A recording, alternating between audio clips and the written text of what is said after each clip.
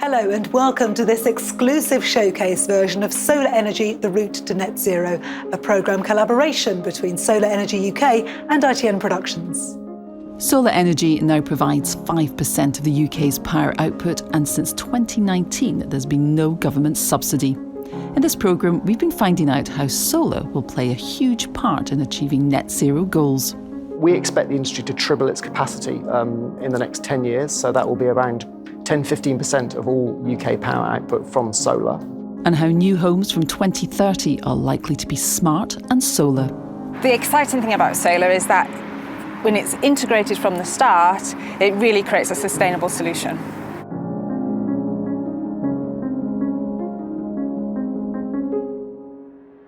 At this leading motorsports company in Worcestershire, they have installed around 260 solar panels on the roof that generate in excess of 40 kilowatts all day, every day in good weather. They use battery storage by Solar X Power to capture the excess energy, halving bills. So we're really seeing benefits from absolutely day one of installing it. It was remarkable. This is the Army's first solar farm project in East Yorkshire. It's a collaboration with Centrica, an energy services and solutions company. It's been a pleasure working with them, to be honest. The Army's committed to 76 solar sites nationally. We're a hugely diverse estate. Batteries are used to store energy. We think hydrogen also has an important role to play in that form of power storage. And we think when there's too much power on the grid, once we have the ability to store that hydrogen, we can convert that renewable power into hydrogen and then to be used for transport, for heating or power generation. Centrica wants to convert Easington Gas Terminal into the UK's biggest hydrogen depository, enough to heat 1 million homes for up to a year.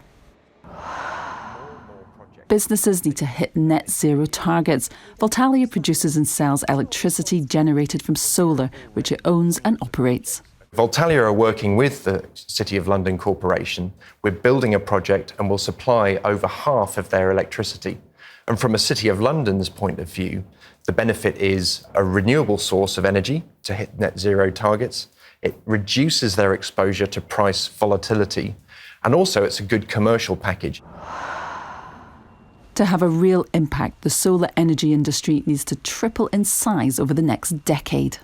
With a few policy changes, modest ones, we believe we can treble it. That would create 13,000 new jobs in the UK. It would create £17 billion worth of economic value. And it would, because whenever solar is on the grid, it displaces gas power, it actually will reduce our emissions by 4.7% in the decade. Global technology company Huawei is using its expertise in digital information technology and research and development to transform the renewable energy sector. So for Huawei, we already set our target clear. Digital power is the future of our planet and ourselves, and we will be investing heavily into this. And up to 15% of its annual revenue goes into research and development. At this electric forecourt in Essex, you'll find 36 charging points powered by a solar panel roof and a solar farm up the road. All of the energy that people use at grid-served infrastructure in the UK is either zero carbon or net zero carbon, and we deliver that because of solar energy. Solar Energy UK's Lighting the Way report explains how to speed up clean energy production to meet our net zero goals. With an ambitious government, experts, including the Climate Change Committee, expect solar combined with wind to be able to provide up to 90% of the UK's electricity needs by 2035. That's huge. This is the UK's largest solar farm ever constructed and energised, which is called Llanwern. It's helping to support the unique biodiversity in South East Wales. It's a section of land, 200 acres in this case, taken out of the agricultural intensive farming cycle and then maintained with low traffic over a long horizon. And that means you can really do impressive things with biodiversity. The force behind Llanwern is Next Energy Capital. Obviously, we are taking the E in ESG, there's no problem there, but the fact that we look at the S and the G and take that so seriously as well, and we've a dedicated team for that and also got a very good track record. It's hoped this approach will help to power the solar energy revolution. Thanks so much for joining me for this exclusive showcase version of Solar Energy, the Route to Net Zero. From all of us here, thank you so much for watching. Goodbye.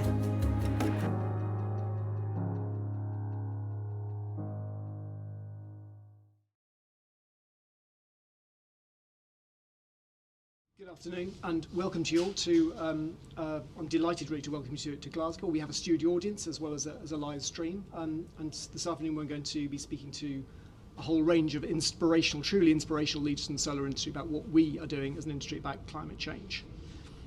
Coming here, we're hearing a lot of shocking numbers around climate change. You will hear a lot of numbers. We'll hear the millions of lives at risk. We will hear the square miles of forest fires that are threatened. We'll hear about the billions of subsidies which are still pouring in to the fossil fuel industry.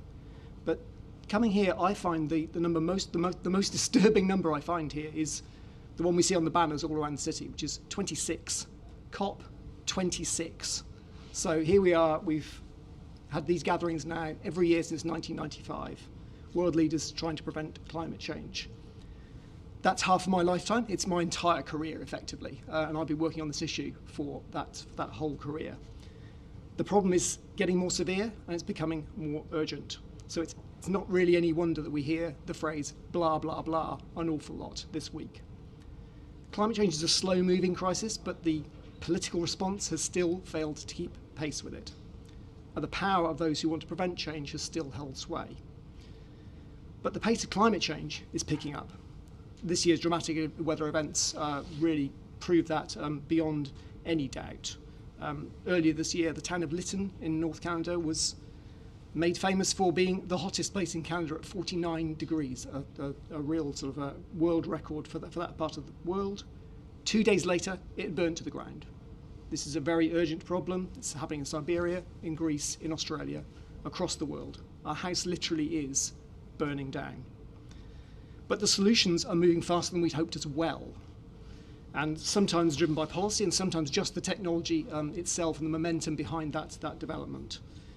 What makes it really exciting to work in the renewable energy sector is the more we build, the cheaper it becomes. The cheaper it becomes, more investment flows. We are now in that virtuous circle which is starting to bear fruit.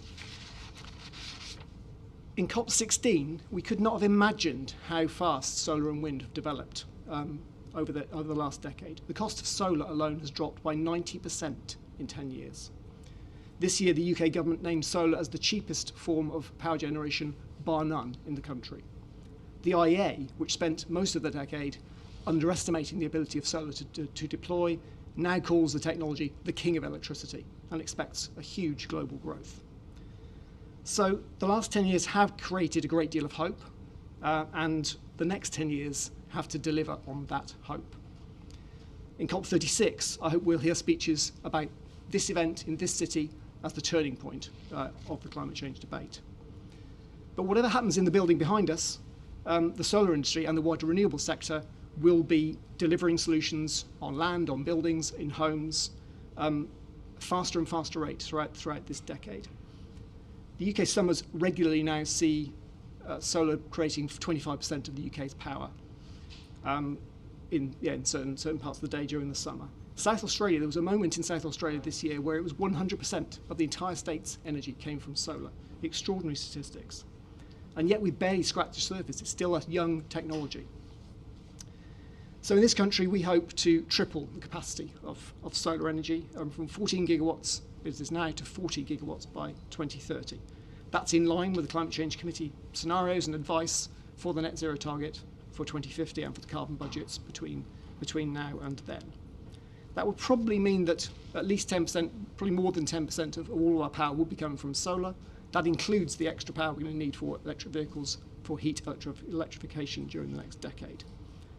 Alongside similar and possibly even greater growth from wind and energy storage, the renewable sector will become the energy industry by the end of this decade. So we will be cutting our dependence on fossil fuels, we'll be cutting our dependence on that price volatility, we'll be cutting our dependence on the political influence of the companies who own those fossil fuel reserves. So today and tomorrow at Glasgow, we'll be hearing from current industry leaders about the pace of that change, about how it can be achieved and what other benefits there are, not just the carbon benefits, but the jobs, the investment, the lower energy bills, the increases in the value of people's properties, and the biodiversity benefits too. We'll have two panels. We have one on the utility scale, which we'll come to in a moment, and then we'll have another one looking at the rooftop solar and energy storage sector. I'm particularly grateful for these events today and the ones tomorrow for a number of leaders who've helped to sponsor these events. So Next Energy, GridServe, Huawei, CGen, HBS, New Energies, Voltalia and Sonadix. You'll be hearing from a number of them today and some of our events tomorrow as well. I'm really delighted as well that we will be having a presentation and a keynote speech from Lord Deben, who is chair of the Climate Change Committee. He is, I understand now, currently stuck in traffic, but he is going to be joining us later on. So we're going to have the panel first, and then after that panel, we will have Lord Deben speak to us. And Lord Deben is a doyen of the climate change industry, a climate change sector. He's steeped in this debate. He, I think I'm right in saying, was the leader of the delegation in the first COP. So he really does have a lot to say about this issue, and we're really delighted that he's going to be joining us today. But we'll pause there. We'll pause for a couple of minutes whilst we reshuffle the panel, and we'll bring on the next set of speakers. So we'll be with you very soon.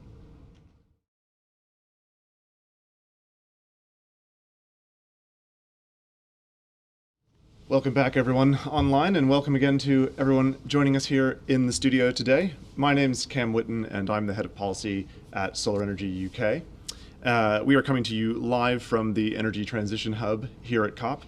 We are right across the river from the Blue Zone, which, as folks know, is the beating heart, the epicenter of where the climate negotiations are taking place over the next 2 weeks. For those of you who don't know Solar Energy UK, we are the industry body representing the whole solar value chain in the UK. So that's everything from large-scale developers, which we'll be talking about specifically on this panel, all the way down to commercial and residential rooftop businesses as well. And that includes not only solar PV, but solar thermal and energy storage, and a whole host of complementary technologies, which I'm sure we'll be getting into today. Thank you again to RES for hosting us in this brilliant space, and thank you again to the organizers, Energy UK, RenewableUK, and the sponsors for pulling all this together. So this panel is going to be focused on lighting the way to net zero, I think, is the catchy title we've come up with for this session. Basically, we're talking about how we get from here to there and how solar can really drive the energy transition and drive the delivery of net zero at the pace that the UK government has set for themselves. I'm joined today by a brilliant panel of experts across the sector who we'll come to in a moment. But just to introduce them briefly for you, we've got Ross Greer, who's Managing Director at Next Energy Capital. We've got Lucy Whitford, who is the Managing Director of Development and Construction at RES. We've got Sam Cranston, who is a Director at Copper Consultancy, and Toddington Harper, who is the CEO of GridServe. Now, just to do a bit of scene setting for everyone, I think by now, hopefully everyone knows that the net zero target date that the UK government has set is 2050. But that's a long way off still, and to really make that digestible and meaningful, we need to think about nearer term targets. So there's a couple of other targets that they've set for themselves just recently. A key one is the fact that we've committed to decarbonizing the grid entirely by 2035, so that's a little bit more on the horizon. We've also set for ourselves, under the 6th carbon budget this year, an objective to reduce emissions by 78% by that same year, by 2035. And what we've said as a sector is that we're committing to delivering 40 gigawatts of solar by 2030, which is in line with what the Climate Change Committee has said is necessary to keep us on track for that 2050 target. So what does that actually mean? Where do we need to accelerate growth? Because if you break it down, we've got 14 gigawatts installed in the ground, as Chris said, already. If we're looking at getting to that number over the next 8 or so years, we're talking about a pretty rapid build rate. We're installing loads of solar. We've now got well over a gigawatt of subsidy-free solar in the ground, which is a brilliant achievement in the post-subsidy world. But we need to go faster, we need to go further, and I think that's really what this summit is highlighting thus far. So I think to kick off with our panelists, I just want to go through and let everyone introduce themselves, say a bit more about who they are, what their role is, sort of what your priorities are currently, and a bit more about where your focus is as a company, and then come on to sort of what you see as the the biggest challenges and opportunities for the sector in the near term, but also in the long run. So Toddington, we'll come to you first. Great. Hi. So, we are extremely upbeat about the prospects for solar. We're very sure we can deliver, the targets and hopefully above and beyond that that have been set. And that's because solar energy is now a low-cost form of energy. My father was installing solar panels about 50 years ago, and they were 99.5% more expensive than they are today, which is just really incredible. But he was combining them with batteries because that made the energy more useful. And batteries were very, very expensive then too. And where we are today is we're at the point where solar is now a low-cost form of energy. It's produced locally. You don't need to, rely on oil wells and oil pipes and so on, and tankers. And batteries are also, low cost now and becoming lower cost. And the combination of the two makes them very, very useful. So what we're doing is we're actually building what we call a sun-to-wheel kind of new energy ecosystem, because our whole modern transport system is based on well-to-wheel. So you've got oil wells, and people don't really think about it much, but the energy in oil is stored sunlight from 300 million years ago. And when you build a solar farm, you cut out the 300 million years and you've got the same kind of energy today. So we're building new solar farms as instead of oil wells. We're building new batteries instead of refineries. So you can make the energy more useful, you can refine it. We're building new electric forecourts instead of petrol forecourts and electric hubs to put that energy into electric vehicles directly. And that makes it incredibly useful. And we'll talk a bit more about it later, but we've discovered an incredible correlation between the amount of energy that people need and use for electric vehicle charging and also when solar is produced. And it's a fantastic fit, and it will only enhance the benefits and opportunities for solar over the next decade. That's brilliant. Yeah, I like the way you phrased that there. We're sort of cutting out the middleman, if you will, and going straight from the sun to the wheel. I like that. Brilliant. Lucy, let's come to you next. What are your priorities currently, and what are the big opportunities that you see? Well, I think, firstly, thanks very much for the invitation to be on the panel today. I think it's a great opportunity with COP just across the river behind us. From a RES perspective, we've been at the forefront of the industry for 40 years, celebrating our 40th anniversary this month, which is fantastic. We operate over 7 gigawatts of projects across the globe, and we're active in 10 countries. So I think that really helps us, certainly from a UK&I context, in terms of we can see innovation across different countries and we can apply that into our business model. We are a business that works from, right from the inception of finding a site through the operation, construction, and into the support services of the projects. I think for us, it's, we feel very much that we're at the cusp of an opportunity. We're at the growth phase again. We've got a large development portfolio. We've got a large portfolio of projects that we're operating as well. And we really I think what we want to see is policy certainty from government, that we can then build down into, the more local level where we're developing projects and working with the communities that host our projects. So I think that's a challenge but an opportunity, and we've got to seize those and really build for the future. I think we can absolutely help to deliver net zero. I think solar has a huge role to do in that. I think that if you think our 50% of our land in UK is for agricultural use, but actually in terms of total land area, to get to our 40 gigawatts, I think we only need 0.2 of that land. So anybody that says we can't do it from a land perspective is wrong. I think we really can build on that opportunity, and I'd like to see us do that as an industry. Yeah, brilliant. Couldn't agree more. I think the land point is something we'll definitely come back onto, or maybe Ross will touch on momentarily, because I think there's also loads of opportunities for sort of synergy with not only renewable energy but nature enhancement going hand in hand. So yeah, on that note, over to you, Ross. Thanks. Nice to be here today.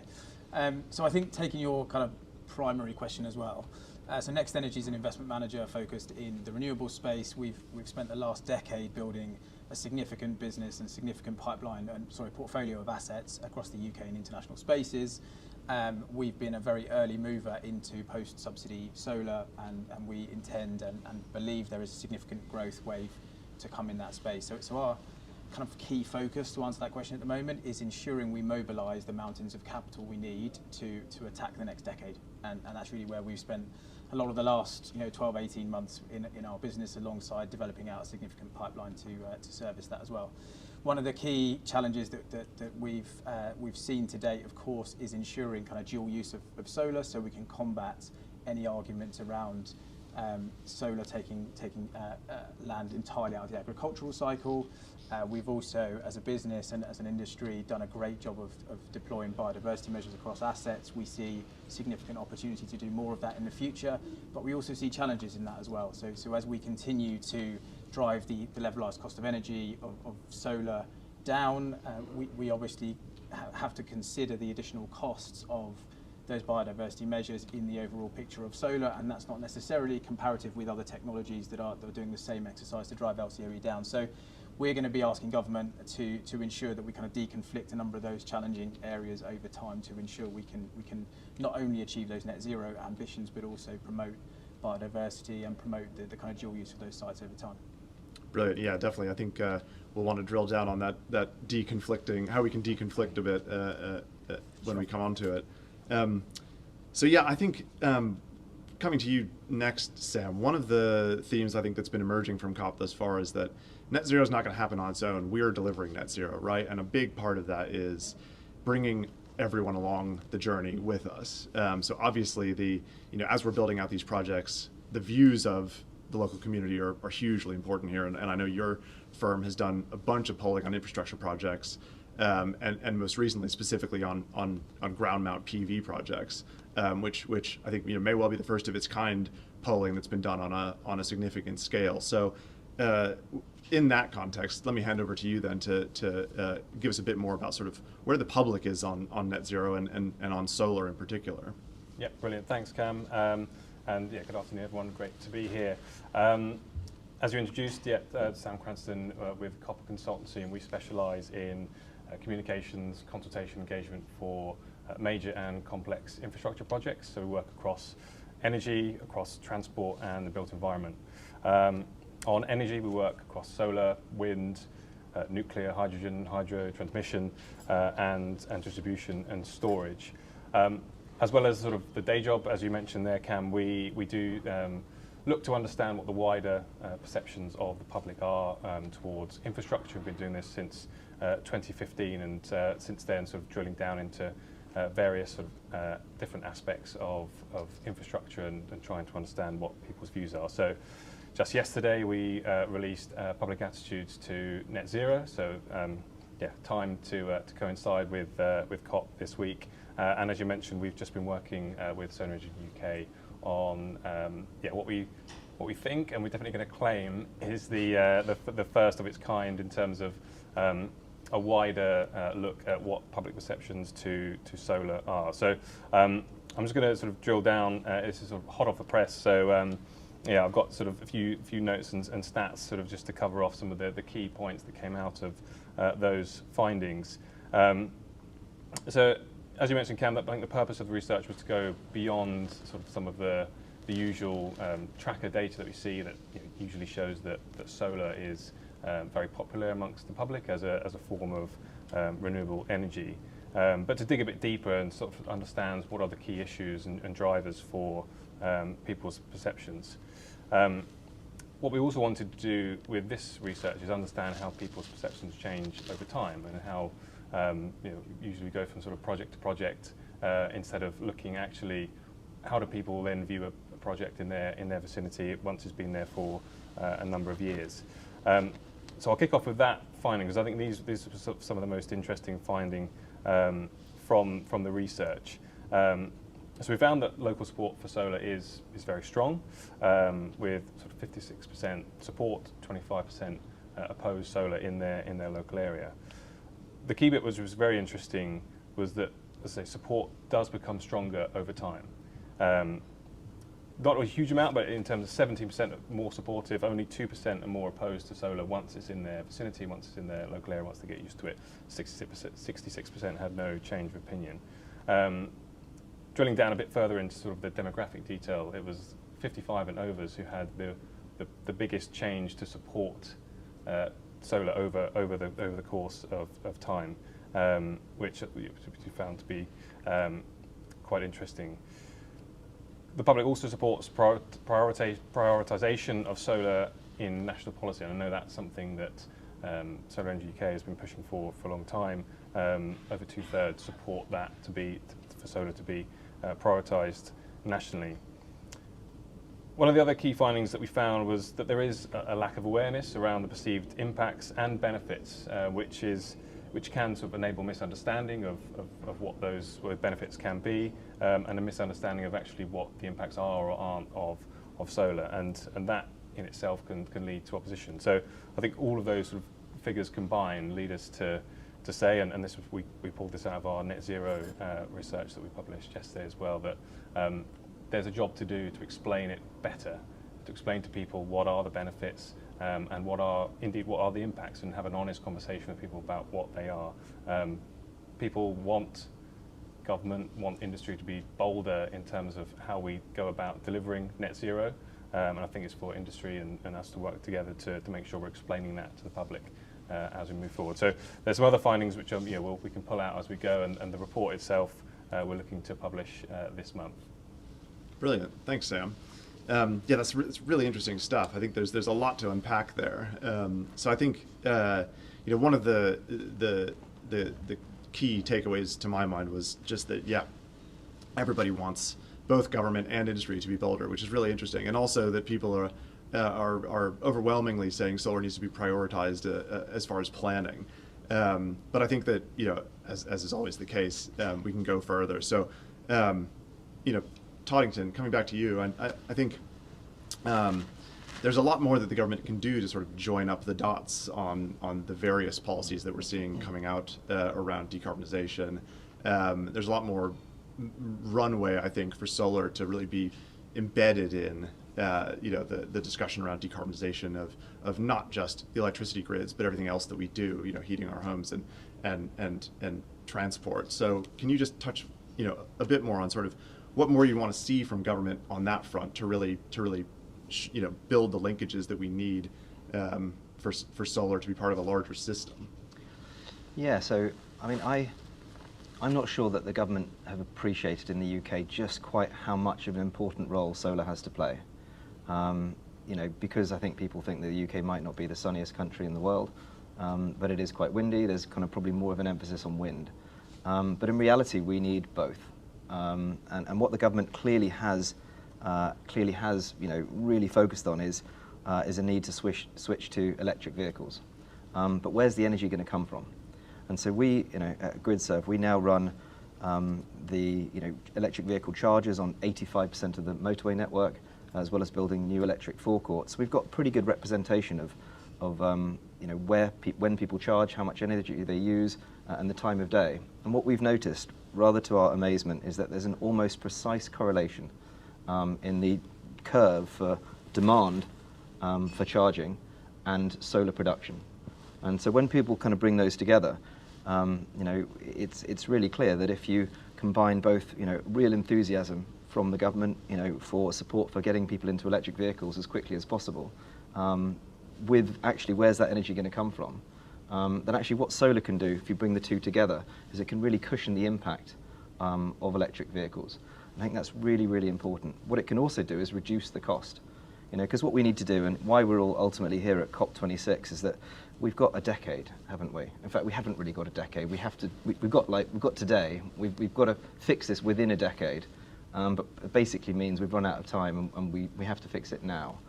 And I've been building sustainable energy businesses for almost 20 years, and I've realized that people just generally won't do things. The masses won't do things if they're either too expensive or they're too difficult. And the wonderful thing about solar is, it's not too difficult. People like us can deliver it at real scale. It's now, an inexpensive solution. And when you combine it with electric vehicles in particular, then you can make electric vehicles cheaper to use as well. So it's actually combining these other solutions. The other thing that we realise is that when you combine with batteries, you can also help provide grid services. So we built the first really large, non-subsidised hybrid solar farms in the UK, and they've got dual business models. So in the day you're making energy, at night you're shifting wind, for example. So there's a combination of different things, and that's really important. And I think the final, well, maybe not final, but the other really big thing is this biodiversity piece. So I'm just over 40, and we've presided over the biggest impact to climate that's ever kind of happened. But in the last 50 years, humans have managed to wipe out over 60% of the world's wildlife. That's just what a situation. And the fantastic thing about solar projects is that if you combine the different pieces together, you can actually use these projects as a sanctuary to protect species, because it's on our watch. It's on our watch for both address climate and also to protect species. The next part of my life, our life, many people watching, is going to determine how well we address those. And I don't think there's ever been, a situation that's kind of more important, has been placed on the shoulders of us now to deliver, than the one that we're currently facing. And in my opinion, solar has an absolutely key role to play in that. And because it is low cost and it's easy, I have real confidence. Brilliant. Yeah. Maybe add a couple of bits to that. Yeah, please do. So I agree with everything. I think what's interesting from my perspective is over the last decade, the conversation around solar has really changed. So we were fighting for an angle just for a conversation around solar a decade ago. Now it's proven really kind of straightforward to deploy, well understood development construction process, tried and tested technology that's got really low inter-year variability from an irradiance and a performance perspective, and it's basically cemented itself as a fundamental part of the energy mix. And that's a great springboard for achieving all the stuff that you've just spoken about in the next wave of solar. So I think now more than ever, we have that opportunity to do stuff rapidly in a way that I've not seen before, and opening up to a kind of post-subsidy world. Obviously, we've got some CFDs on the horizon in solar, which will deliver some capacity. What we want to see as a business is a kind of a twin track. So we want to see CFDs delivered, but we also want to see a significant wave of investors coming into a subsidy-free model and promoting that incremental wave of growth of opportunity that is there associated with that as well. And absolutely support the biodiversity messaging as well. I mean, we can absolutely create biodiversity protected hubs that provide ecosystem services to the communities we operate in like no other business can. There are no other plots of land, to my knowledge, that are really fenced off and left alone with controlled traffic for 40 plus years. So we have a really unique opportunity. We have to ensure that we don't trip over any of those kind of trip hazards we've alluded to already in ensuring we deliver that kind of dual use over time as well. Yeah, brilliant. Yeah, absolutely agree. I think that's a good way to sort of to frame it as well. Is we've got the springboard. We now need to really accelerate forward. So. So Lucy, I know we were talking about this earlier, but you mentioned at the top sort of needing that clarity, that regulatory clarity from government. So where are the opportunities? Where do we need further clarity that will really help the sector to move at the pace we need to move over the next decade? I think, it's about, I suppose we term it as wholesome system thinking. We need to look at national policy, how that comes down into local policy. Those need to join up. We need a roadmap really, for delivery for net zero that's really clear, that allows the communities that are hosting, our projects to see where we're going, the steps that need to be taken, and the speed that needs to happen. I think we need to look at, how the grid keeps pace with all of that, and our planning system is streamlined to allow the projects to come through. So I suppose, government and our councils are all separated into different departments. All of those need to come together to think about how we deliver into the future. Yeah, absolutely. I think the other side of that message from me as well is pretty similar. Is the industry, from my perspective, has only ever asked for one thing, and that's stability. So it's pretty resilient, pretty flexible business, solar. It's always found a way to deal with feed-in tariff and ROC cuts. It's finding a way to deliver in a post-subsidy world. But now more than ever, it needs developers to work with financiers to ensure we've got real understanding of what is coming down the road in terms of that development pipeline. We need to then be able to communicate that into the supply chain in order to get the price points where they need to be, and you know, the quality and the components where they need to be, when they need to be to deliver, and all of this needs to be tied together to educating investors to come into a, you know, albeit a new space for the kind of the subsidy-free world as well, and educating them on the journey about the, you know, how reliable that technology set is and what opportunities ahead of us. So yeah, stability I think is the key message the industry is asking for. Yeah, just picking up a couple of those points as well, and particularly on the biodiversity, I think what we picked out from the research was that people are still very unaware of the biodiversity benefits that solar can offer. So you know, we as an industry understand what they do offer, but there's still, you know, a job to do I think on a national level and then a project specific level to really communicate what those benefits are.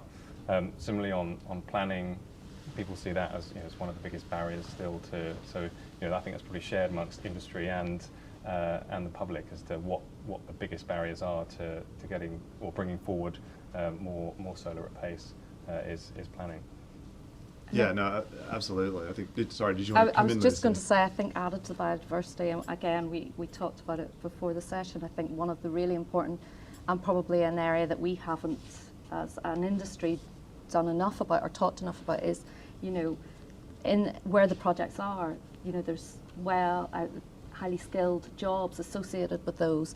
You know, they bring rates into the local councils. That's an area where we're helping sustain families who want to continue to live in the areas they've grown up. And for me, that's really important and a really positive message that we can bring. Yeah, absolutely. I think that's, you know, we obviously all want and you know, strive our best to be responsible developers, to bring communities along the journey with us. It's not just sort of parachuting in, building a bunch of kit and shipping power out to somebody else. It's really part of the community. I think going forwards, you know, there's a lot that we can do collectively to embed that message further. I mean, Sam, just coming back to you, I mean, could you drill down a bit more on sort of what came out of the research as far as what communities are specifically looking for from these projects? I think what they're sort of looking for and what the research tells us is just clarity on what those benefits are. I think there's still, as I mentioned before, a real misunderstanding of what actually comes as part of the package, and we've talked about some of those already today. But it's not just a bunch of panels sitting in the middle of the field. There's a lot that goes around that. And one of the interesting things we pulled out of this and from the net zero research is that people see other people as a big barrier to bringing forward plans, and so there's obviously some scepticism in there as well.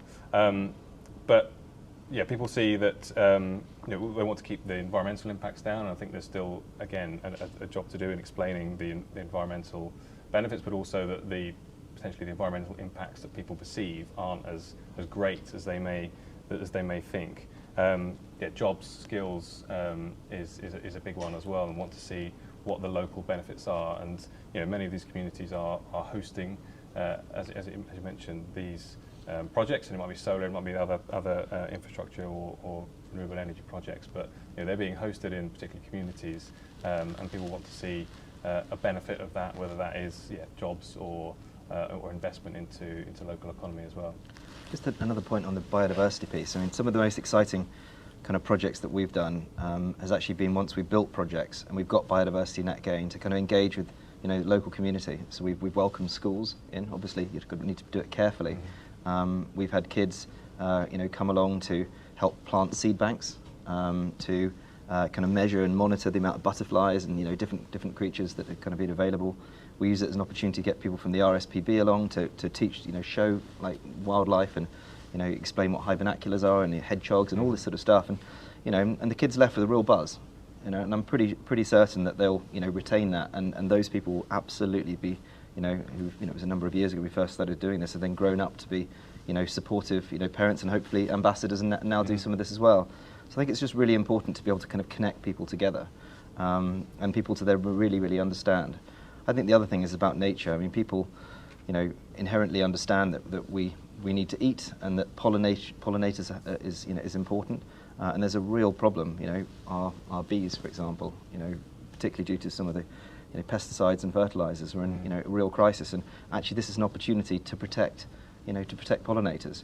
And when people like bees, but they don't necessarily the same people like solar farms. And when you bring the two together, and actually now we're doing some pretty cool stuff, because whilst I said solar is easy, it is, the core technology is really straightforward. But what we're now doing is we're now developing additional solutions that are really on the forefront. So we're putting in, we're the first company to install, large solar farms with trackers that kind of evenly spread out the generation throughout the day. We're using bifacial panels that can generate energy and harvest on both sides. We're now putting in DC coupled systems. We're putting in optimizers. We're putting in a lot of different things. But the thing that made me think about that is one of the other things that we're also experimenting on is what type of pollinating plants that we can put in that have got the highest albedo, which means reflectance test. Because if you've got solar panels called bifacial that generate energy on both sides, if you can put pollinating plants that actually reflect more light, then you can create a business case, if it works, and this is what we're trying to work out, for actually putting in more of those pollinating plants. And that business case then leads to, potentially vast arrays of areas which are just perfect for pollinators. So there's a combination of different things that you can do. We've got some notes to share with you about harvesting chamomile from between the rows. Okay, excellent. Bright white flower through the peak generation season. So we're running the same case study. It's quite awesome. Actually. I think there's a call to arms there, though, right? I mean, we've been speaking about biodiversity for a long time in the industry. We've done some really cool stuff. What we've never done is join the thinking up. So we have pockets of really cool intelligence that, you guys have got the same. The industry needs to make sure that that's widely available to you guys in the centre to pull it all together so we can market it back to the wider population. Absolutely. And I think I'm really pleased actually how much biodiversity is coming out of this conversation, because we are doing a ton of work on it. And forthcoming, over the next year, are going to be doing annual biodiversity surveys across, a really good sample of ground mount solar farms. And we've been working with a bunch of ecologists across the country to put together sort of a standard methodology for assessment. So you can go in, ideally, a one-day turnaround, go in, get all the data you need, join it up so that you're comparing like with like from season to season, and we'll be able to see in much more detail over time what the benefits really are from all these parks. So I think it's a really good example right there of sort of where we need more joined up thinking, not just about the climate crisis, not just about decarbonizing our energy systems, but also how we can be sort of, how solar in particular can play that dual role of addressing climate change and the biodiversity crisis at the same time. Now there have been loads of changes recently. I think I'm sure every one of us has read all 1,700 pages of documents that were dropped a couple of weeks ago. The net zero strategy, the budget, the heat and building strategy, and so on. And we've spoken a lot about biodiversity, but I think one thing that we haven't touched on as much is perhaps planning, and perhaps where there are some missed opportunities in the recent net zero strategy, or in the budget where where the government could really go further to help spur on solar development more rapidly. So I guess a question for everyone really: what would you like to see more of, or what are the sorts of forthcoming policy changes that you're really looking to see from government to unlock that next wave of new projects, or that next level of speed in terms of rollout? Do you want me to go first? So look, I think it's quite easy to be pessimistic around COP and around what's been published. I think optimism is a key part of us achieving the next decade. So having a plan is a great step. Right? I mean, we've been crying out for more clarity, more plans over the last year. So actually having something that we can now kind of look and drive towards is a great step forward. So I think very optimistic off the back of that. We obviously need to deliver on the clarity around things like the planning legislation, around the AC/DC split, around the NSIP and the local determination schemes. That's a key part of unlocking additional capacity in the existing development pipeline. Could be kind of 20-30% or more in some projects, depending on how land constrained they are. So that's kind of a key thing we're looking at over the intermediate period.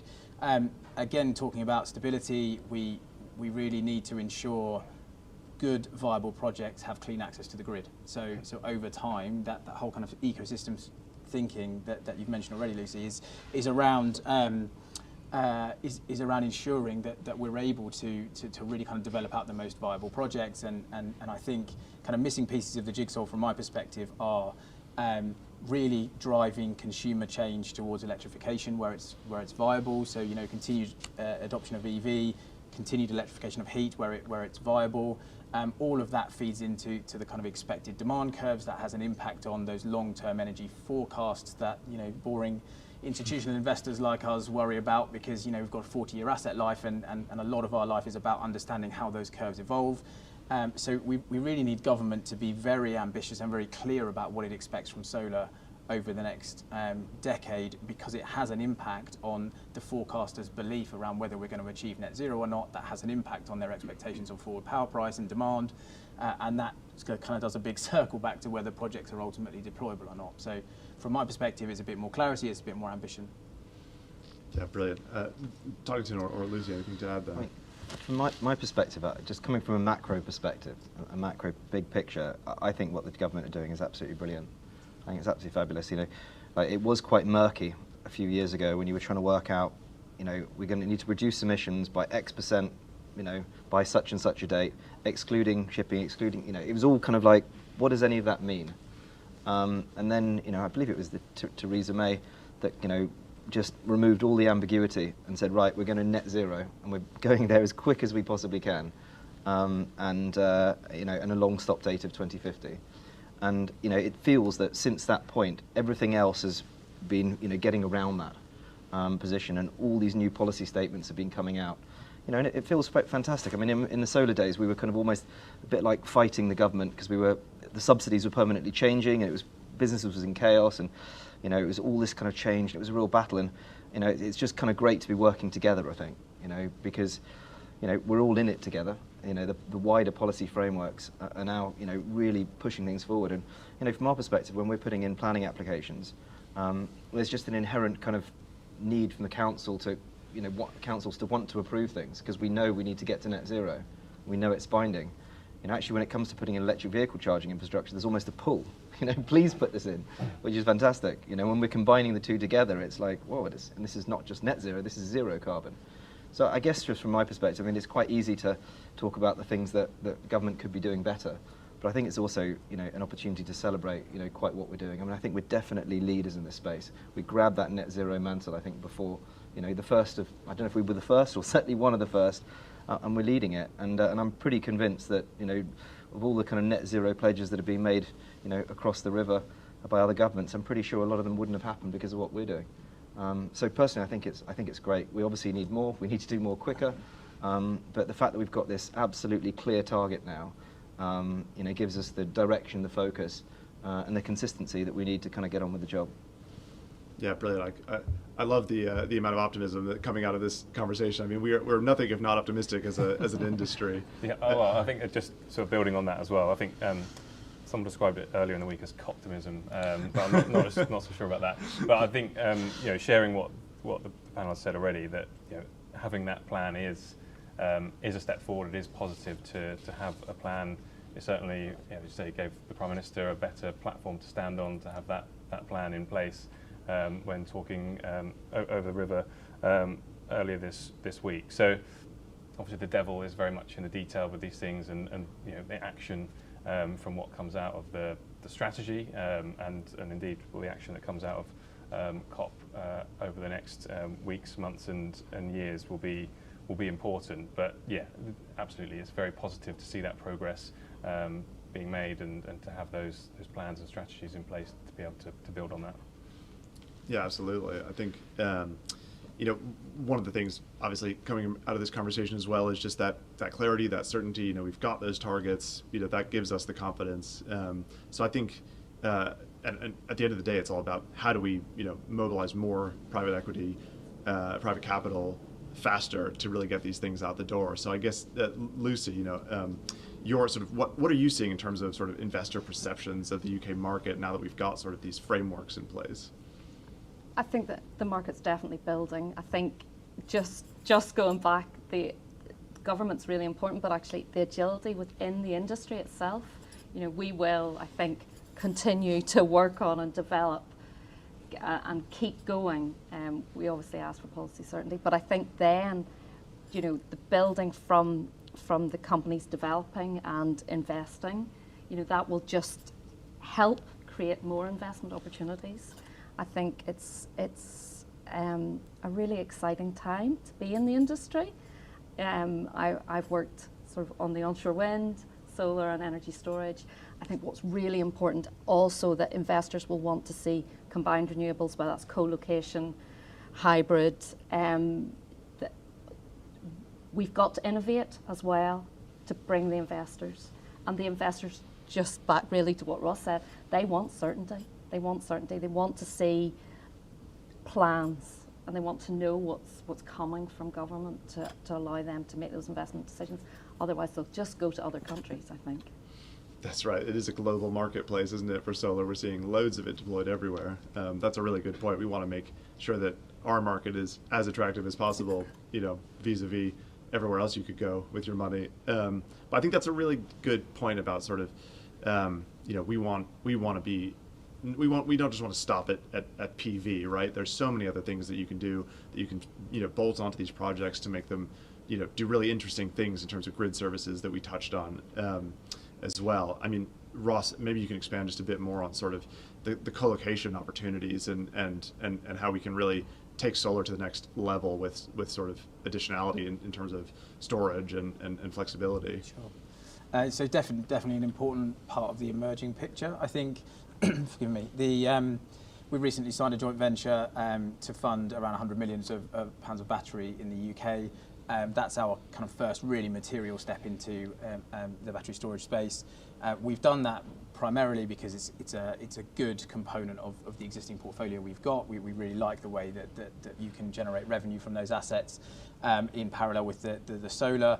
In the future, we see the co-location of solar and battery as key as we get further out into the distance in the development program as well. So I think gone are the days when solar is kind of, you know, rinse and repeat. I think it does evolve and it does become a little bit more complex. So, you know, like what Tonington's referred to already, you know, we're already developing kind of bifacial co-located projects on the basis that really you start to think about these as a more organic energy generating station than just a kind of simple PV station that generates in the curve and pumps into the grid. So I think it will evolve over time. And the stability of solar, and I use that word a lot, but that kind of underlying understanding of PV that investors have got, and that underlying respect they have for infrastructure projects in the UK mean that actually they can cope quite well with the industry innovating and moving that bar further forward. Just to kind of add a bit to that, you know, we think that we've definitely found that the way we were able to get the first, you know, large non-subsidised solar projects over the line was by changing it, you know, changing the perspective from, you know, a position of, you know, not so many years ago where, you know, it was, you know, you'd get paid for the energy irrespective of what happened to that energy. So there was no kind of real value applied to the energy apart from the green credentials of it, to turning that on its head and saying, how do we make this more useful? You know, we lost, you know, significant amount of the revenue stack from the subsidy. So how do we make up for that in making that energy more useful? And that's what we get when we combine it with a combination of other solutions. You know, being able to shift energy from times when it's, you know, when it's low value into high value is pretty obvious. As we head towards net zero, you know, we have to make net zero work. That's why we're called grid serve, because, you know, if we keep just adding solutions which impact the grid and don't fix them, then we're not going to get there. We're just not going to get there. The grid won't work for it. And so our kind of view is we need to serve the grid, and we can do that by providing additional value. And that value is obtained by combining a combination of different solutions. And actually we could harness value from those pieces as well. You know, we've now got that, you know, right to the kind of extreme end of that by when I mentioned what we're doing from sun to wheel. And to give you another kind of example, so, you know, we are, you know, extracting the energy from the sun, harnessing it from the sun. We're putting it into, you know, we're making it more useful in batteries. We're then putting it into electric vehicles, and we're actually also leasing electric vehicles. And what we've also done is we've worked out that, you know, we need to plant more trees. And again, it's not easy to plant trees. And so every vehicle somebody leases to us, we've got an agreement in place with a company that plants 100 trees. yeah, and all of that is paid for by sunshine. Yeah, so we've created the world's most elaborate tree planting machine. But it's kind of all important that if you add all the different pieces of the jigsaw together and you create something that's inherently more valuable, we think that's that's why solar will stack up, and that's what helps with investors, because you're not just it used to be this curve, wasn't it? This various different curve, and no one really believed those curves because no one had a perfect crystal ball. But that was what the investment was made under. Whereas the future is all about the inherent value of using this technology to get us to and beyond, hopefully, net zero. And you get that from combining different solutions.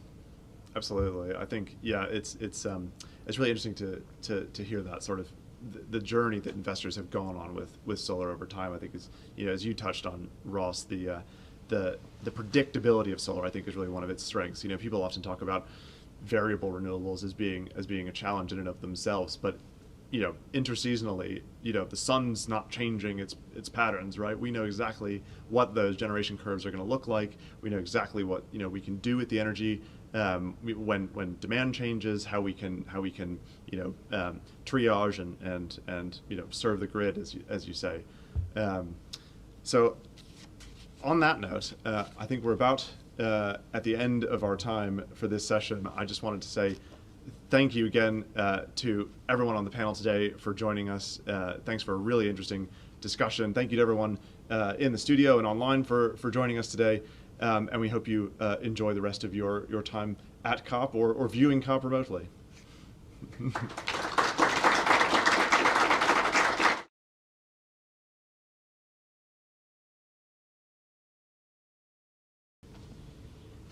Welcome back, and I'm delighted, as we said earlier, to welcome Lord Deben, who is chair of the Climate Change Committee in the UK, and really one of the longest-standing members of the climate change advocacy community. He's been talking and campaigning on these issues for pretty much his entire career, and certainly as long as I've known him. So it's delighted to have you here. Lord Deben will say a few words first of all, and then we'll have a few questions from myself, and then we'll pause for the final panel, which will be about the rooftop sector. Good. Well, thank you very much, and I'm very pleased to be here. I'm sorry that with these protests, I have this very curious view, which I think most people do have, which is that you're very much in favour of why they're doing it, but not just now in front of you when you're driving your motor car or being driven, which is what happened to me here, getting here today. But what I wanted to say was a little bit about how the Climate Change Committee is looking at this whole programme, and particularly how solar fits into that. First of all, it's extremely good that the government has not only got Parliament to accept the 6th carbon budget, because that then gives us a proper route to 2050, because if we haven't got where we have to get by the end of the 2030s, we're not going to get it. So it's very clear. You only have to join the end up with 2050 to know where we're going to be. So the 6th carbon budget was absolutely crucial. And then to take the next step, which was to say that by 2035 there would be no more fossil fuel generation, was a very, very crucial bit to doing that. And then indeed to produce the heat and buildings report as well as the net zero strategy before COP26. COP26 has been very useful, of course, because governments always want to take a bit more time to think about this, that and the other, and when you can't do that any longer, it actually gets what you want at the time. And I was pleased to listen to the panel, actually. I was pleased when they were round, because one of the things that I thought came out of the panel was that there's a good deal of optimism about what this now means. I mean, one of the problems with green campaigners is they find it frightfully difficult to say thank you for anything. I mean, all that they seem to do is to want the next bit. Well, I understand that, but if we were all decently brought up, what we always said was thank you first of all, and then you got the next birthday present, didn't you? But if you didn't say thank you, you didn't get a present next time. And I think there's a certain thing about that, about the way in which we've been handling this up to now. So I was very pleased to hear from the panel that there was a real feeling of optimism, that people felt that they were on the way, that there were steps, and the government was dealing reasonably with it. And of course, the next step is hugely important, because this is what one might call the action bit. And my job for the next year, up to the end of my session as chairman of the Climate Change Commission, will be, of course, to keep the government's feet to the fire in order to make sure that it actually does the things that you have to do all the time to make these strategies into a daily, weekly, monthly, annual activity, because that is indeed what it has to be. But at least we've got a programme. And I always think, as a businessman all my life, except when I was a minister, as a businessman, I know very well that the most important thing in life is to accept that uncertainty is general, that you don't know what's going to happen, but to grab onto any certainties that are around, because at least that gives you a chance to get some things right. And we do now have certain certainties. We know perfectly well that the climate change issue has been taken on board even by those governments who are least good at dealing with it, that there is no question now that that is the direction that we are moving. And that's what Paris established, but it seems to me that that has become stronger and stronger as the time has gone on, and that's partly because of the reality of climate change, which has hit everybody everywhere. And that's why I think that one can see this as a reality and a continuity, because climate change is going to get worse. It's quite difficult to explain to people that even if you do everything that we should be doing, it's not going to get any better until we've kind of worked out this bit, which of course is largely our fault. It's the British, not least the Scots, and the Industrial Revolution. And that's what's actually doing it at the moment. And that's one of the reasons why when you get the sort of person in the audience who says, well, should we do anything about it? And I say, well, because first of all, you're living off the riches. That is what we're doing. And therefore, we do have to pay for it in terms of getting developing countries able to move from where they are to where they ought to be, and they're going to have to do that, and we've benefited from the pollution that we've made, and we've therefore created the circumstances in which we cannot have them polluting in the same way. So if we want them to behave in a way which will save the world for all of us, then that's up to us, and that's the bill, which is why the government was so disgraceful in cutting overseas aid from 0.7 to 0.5. It was not only immoral, you don't kick people who are worse off than you are when you're in a bad position. That's the very moment in which you try to support them. But it's also stupid, because it's going to be much more difficult during this conference to get people to believe that we really are going to fund it if you've already, I think, quite dishonestly gone back on your election manifesto pledges and done things. And there's another bit to it which makes it particularly bad, which is that, of course, a very large amount of the money that has been cut is the money which goes for women's education. And if you think about what we have to do in the world as a whole as far as climate change is concerned, the establishment of women with an independence and ability is not just a question of dealing with the ever-increasing population, which is absolutely, it's much more important to do that than to hand out condoms. I mean, what really matters is getting women able to make their own decisions. But also, it happens to be true, and I know this because my business, Sandcroft, we've been working with Coca-Cola for the last 20 years. And if you talk to them, I mean, the reason they have been interested in the emancipation of women is because they actually get the women to run the finances, because they know perfectly well in the many countries that is exactly what you have to do. But you can't do that unless you recognise that women's education is so crucial. Now, I only bring that into discussion about solar because I think sometimes there is a problem in the energy industry, which is that people get so keen on the particular way in which they are helping to solve the problems that they tend to not see the bigger picture. And I always want to say it's not a question of either or, it's a question of both and both and is actually working within this global situation.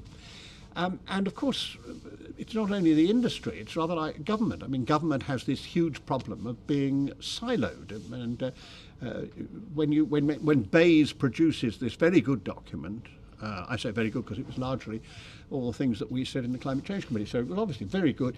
But if you look at the gaps, they're the bits they're not really responsible for. So land use, for example, which is hugely important as far as solar is concerned, is consigned to a few paragraphs.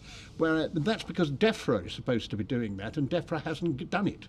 I mean, the DEFRA is in no state at all, it seems to me, to be delivering the same quality of stuff which we actually have to do. So if I were to say now what the things I think we are looking for as far as the solar industry is concerned, first of all start with land use, because until we have some really sensible policy about how we're going to use the land of Britain, we're not going to be able to take the proper steps as far as solar is concerned. That's number one. Number two is you don't get that unless you have a proper planning system.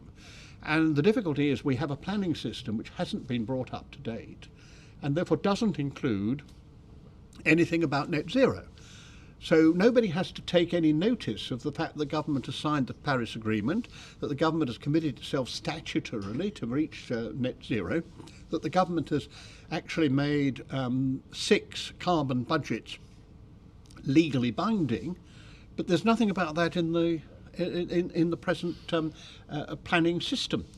And so that is what Michael Gove's going to have to do. I mean, we've got to have a planning system which makes it possible.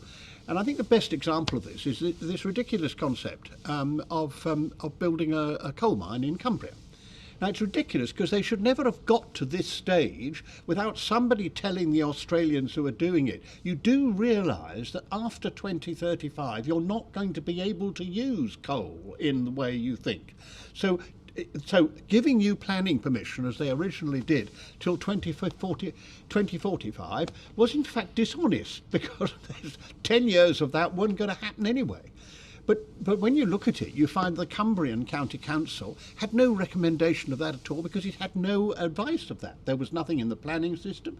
There was no way they could take that into account. And what's worse is that the department that ought to have been helping them, which was the Department of Local Government, and now Levelling Up, or whatever it calls itself, that department has no central system of advising people on climate change. It doesn't even have advice for its own business, so it can't even advise itself on the subject. And so you really do see some of the problems that we've actually got to break through. They're institutional problems, and they're not because people are wicked. I mean, when you know, I'm not George Monbiot. I mean, it's not because they're wicked.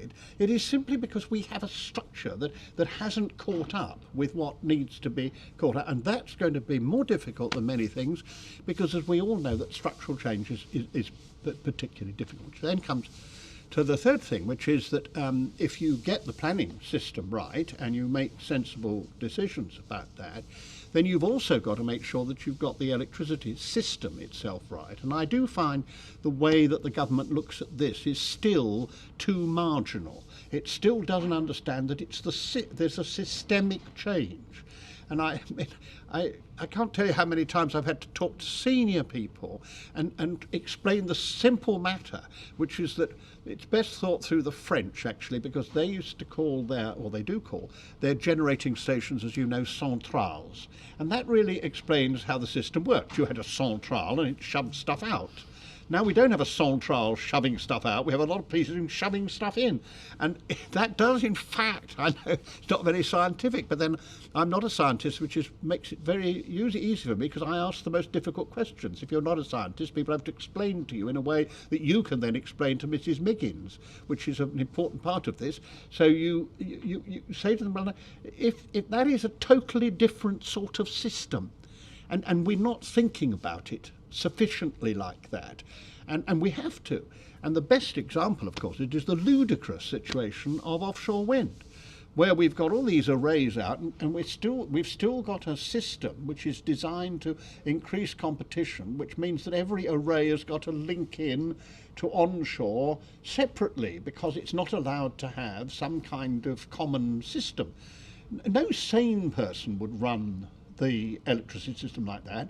And it's not surprising that all the way around the coast of East Anglia, and I come from East Anglia, so I have an interest in this, all the way around the coast, I mean, the very villages that were most supportive about offshore wind and terribly keen on renewables and very interested in doing something about climate change are now absolutely all up in arms because people are building great things in the middle of their village because there isn't a ring main, because nobody's worked out how you do this thing properly. And it is like Dad's Army, it just isn't a sensible mechanism. The last thing I want to really say about that then is to come to your industry itself. And I'm a great fan, and I think there's a huge amount that's being done, and it's a crucially important part of the mix that we have to have. And now we know how much we have to have in order to make the changes that we have now put into law. You've got a wonderful opportunity. So I want to plead with you, please, about language. Because I do think it is still true that we don't talk the language that the people out there need to hear. Now, I love the connection which you were making between the industry and biodiversity and the whole of that. So let me try to say how I think the context needs to be drawn. And the first thing is, I'm fond of quoting the Pope because in Laudato Si, his great encyclical, had this wonderful concept that climate change is the symptom of what we've done to the world. So what we ought to be concerned about is not the symptoms, but the disease. And what we have to cure is the disease. It's the disease of pollution. It's the disease of air pollution, water pollution. It's the disease of destroying the quality of the soil. It's the disease of how we've dealt with quite a lot of people. It's the disease of modern slavery. It's the disease of all those things. But those are the things, and above all, it's the disease of losing biodiversity, of destroying biodiversity. And so what we have to do is to look at curing the disease. Because if you just think about the symptoms, no doctor's going to be any use. And getting rid of the spots doesn't cure measles. It's the measles you've got to cure, and that is what we have to. And if we're going to do that, then we have all the time to look beyond climate change to the kind of world we're building. And we're building a greener, cleaner, kinder world. That's what you do. It's by accident, in a sense, because you have to do that in order to beat climate change. But as far as people are concerned, unless you give them that vision, which is the vision of a positive future, then you get mixed up with two things. One is misery, and misery never wins. I mean, the frightening people never wins. You have to give people a hope. And that's crucial. But the second thing is, if you don't do that, you get tied up in the technicalities. And that's really what I want to plead with the industry to do, is to get better, not getting tied up with the technicalities, and using a narrative which actually reaches out to a wider variety of people. We're bound to have problems of people who don't want things in this field and don't want things round the corner and do want to have it like it always was. And I remember my grandfather used to walk and pick flowers in that field. We all know about that, but you can only overcome it not by technicalities, not by telling people, well, you know, this adds 0.56 to the national opportunities, and you'll have to make your contribution because everybody else has to. I mean, by that time she's gone. You have to get something much more important, which is to tell the story in the way, which is why I love the discussing of biodiversity and the rest of it. And those flowers, I didn't hear about the flowers before, I'm going to pick those up very well. But it's about talking about this as part of the life that people understand and live, rather than the white heat of technology. Remember, well, you won't remember because you're all too young, but Harold Wilson had this phrase, white heat technology, and it was the most disastrous phase that anybody had. He thought it was wonderful because he's terribly excited by technology. Most other people were put off hugely because the last thing they wanted was white heat technology. They much preferred where they were. And we have got to break that through by getting the language right. So I end by saying I banned the phrase kilowatt hour in climate change. Because I don't think anybody knows what a kilowatt hour is. I don't know what it is, because I can't feel it, can't touch it, doesn't matter to me. That's why I talk about bills, because that means something to people. And that seems to me to be the next step, in a real sense, for the solar industry, is to get people to love it in a way which you only do if you have a better story. That was extremely helpful and very good advice for us. Thank you. I had a question about narrative, but I won't ask that because you've just answered it. But just by way of segueing into our next panel, which is around the on-site generation and rooftop markets, I wonder if you can say a little bit about where you see the role of on-site generation, solar and energy storage in sort of the cleaning up of our buildings and sort of the heating building strategy, because it sometimes does feel that that's dominated by energy efficiency in our heat pumps, and the sort of on-site generation gets a little sidelined. I wonder if you can say a little bit more about that. Well, it's one of the funny things, isn't it? Because it's always one of them that gets sidelined. It used to be energy efficiency, because it's very boring as energy efficiency, and politicians don't like it because politicians like big things that can happen. That's why Tories particularly, I think it's sexual really, they like big nuclear power stations because they can point at it and say, I got that done, if you know what I mean. Whereas you can't do that with energy efficiency. So I always thought energy efficiency is quite difficult for politicians to talk about. And now we are talking about it a bit because people are beginning to realise that actually is quite an important thing to do. And we've got better at talking about it too, which I think is important. The difficulty with the narrative on on-site, any sort of on-site generation, is because people immediately think of ugliness. They immediately think of something that's going to make the site less attractive. And so we've got to find a better way of describing it so you can break down that concept. And I think we've just got to be more imaginative about it. I mean, and we've got to get rid of some of the sillinesses that there are in the system which make it difficult to do that. Indeed, I'm trying to find a way in which we could have a sort of version of the Better Regulation Committee. In other words, a system whereby when there was something that was in the way, that was institutional, then you would have a place where you could go with it, and they would have an institutional requirement to find a way out of it. So the government would do it in that way. Surprising how they don't like it, civil servants, because it will show up quite a lot. But I had a little one the other way. It happened to me. I just declare an interest. We've got land, and it's in an agreement with for planting trees and bushes and putting back all the hedgerows, and it's been wonderful, and we've been doing it all, and it cost me a lot of money, but we have had some grant from the government. There's no easy way of saying, if you've got that sort of agreement, let's say, I'm inventing this, 100 acres, there's no easy way of saying, well, we've just discovered that if we use half an acre, we can actually start, we can do some solar power. You can't do it, because the system doesn't allow for this, because nobody thought about that when you started. So you can't kind of take a bit out, even however good the argument is. Now, that's only a very small example of the sort of things that we've got to get out of, so that you can actually think about the way in which the world is now going to work. So I think it's about beauty and about how you overcome people's instinctive belief that it's going to be really ugly and stick out and not nice.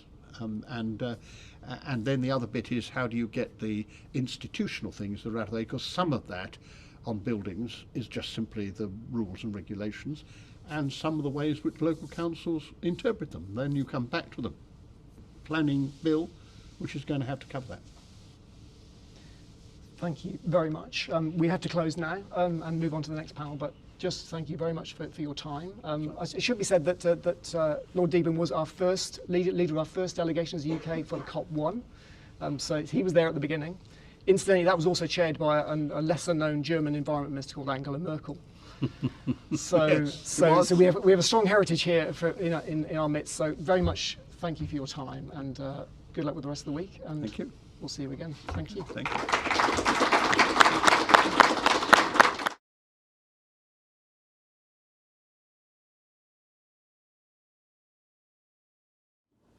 Good afternoon. So I think we're following on from a number of interesting sessions we've had earlier in the day with sort of an introduction from Chris, that we've had an exploration of the opportunities and the current state of play in the ground-mounted industry. And we've had Lord Deben giving us an overview of the context, looking at the wider state of play in the COP negotiations and how we can sort of envisage solar's place within that, but not losing light of the wider, I guess, discussions that need to be considered. That one of the interesting pieces at the end was, I guess, focusing on the narrative and ensuring that solar really is kind of changing the way that we're engaging with consumers, with the public, and with businesses, so that we're moving beyond a state of this being very sort of technocratic and a technological solution to being something that's an everyday part of the solution.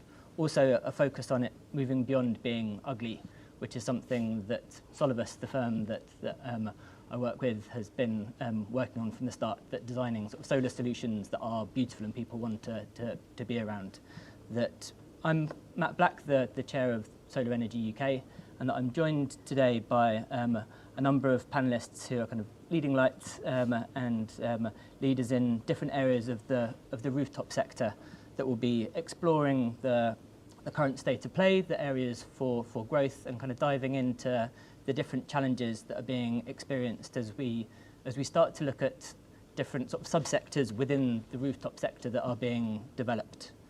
That when we look at the rooftop sector, that it's been a success in the UK, as it's been in many parts of the world, principally down to subsidies in the growth to date, that we now have around 2 gigawatts of commercial rooftop solar and 3 gigawatts of residential solar, which means that there's solar on 1 million households across the UK. That solar has proved itself now to be a reliable, low-cost solution. The industry is mature, and that the supply chain has been kind of built up where that throughout the past decade that there's been a significant run rate across the whole of the UK, that with solar being installed from Cornwall throughout England, Northern Ireland, Wales, and here in Scotland, that it's, I think, a technology with wide public support, but that we've often seen that, I think, that from my personal conversations, that while the ground-mounted sector has taken off and obviously has an important place to play in growing sort of the net zero, net carbon generation, that rooftop solar is something that is intuitively felt by most people as a good use of space, a good way to generate electricity, and it has the benefits of being on site.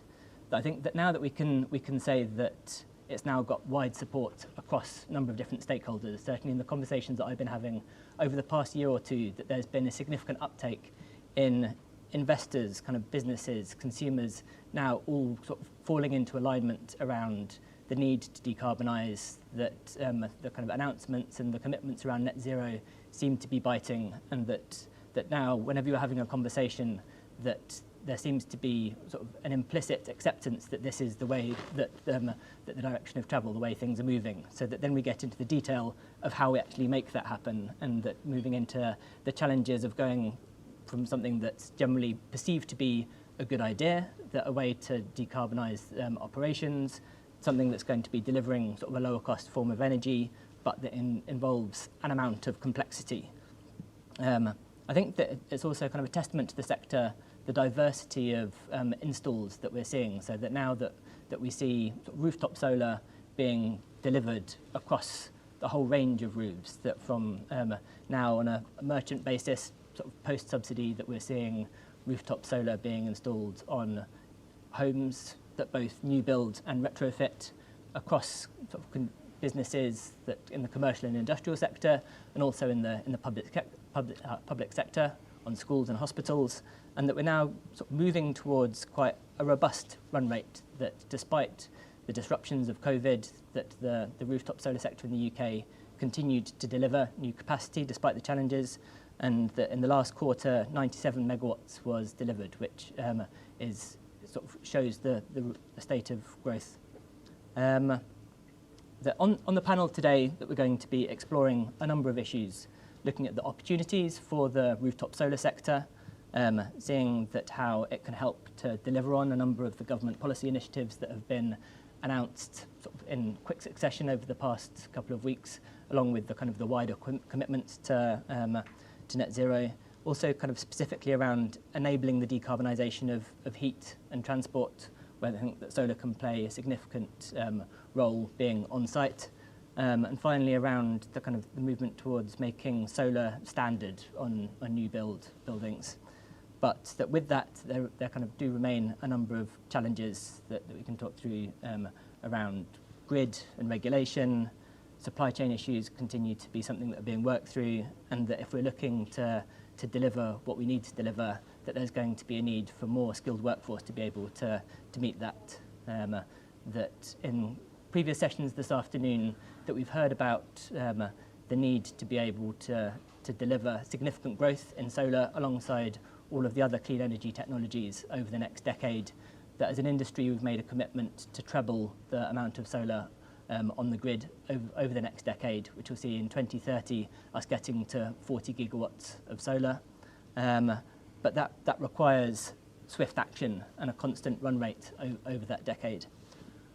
On the panel here today, that I've got three gentlemen, as I said, that John Roper, who is Principal Renewable Energy Engineer at Evo Energy, who comes with a kind of deep experience in the commercial sector. That we've got John Southern, who's the Head of Product Development and Strategy at HBS New Energies, one of the leading companies focused on the new build sector. And then we've got Jason Howlett, who's Managing Director of CGen, the UK's leading distributor of PV, energy storage and EV solutions.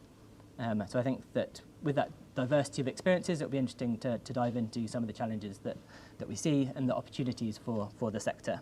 If I was to hand over, John, first to yourself to, I guess, run through the current state of play and how you're seeing the growth of the sector at the moment. Oh, thank you, Matt. It's a really exciting time in solar at the moment.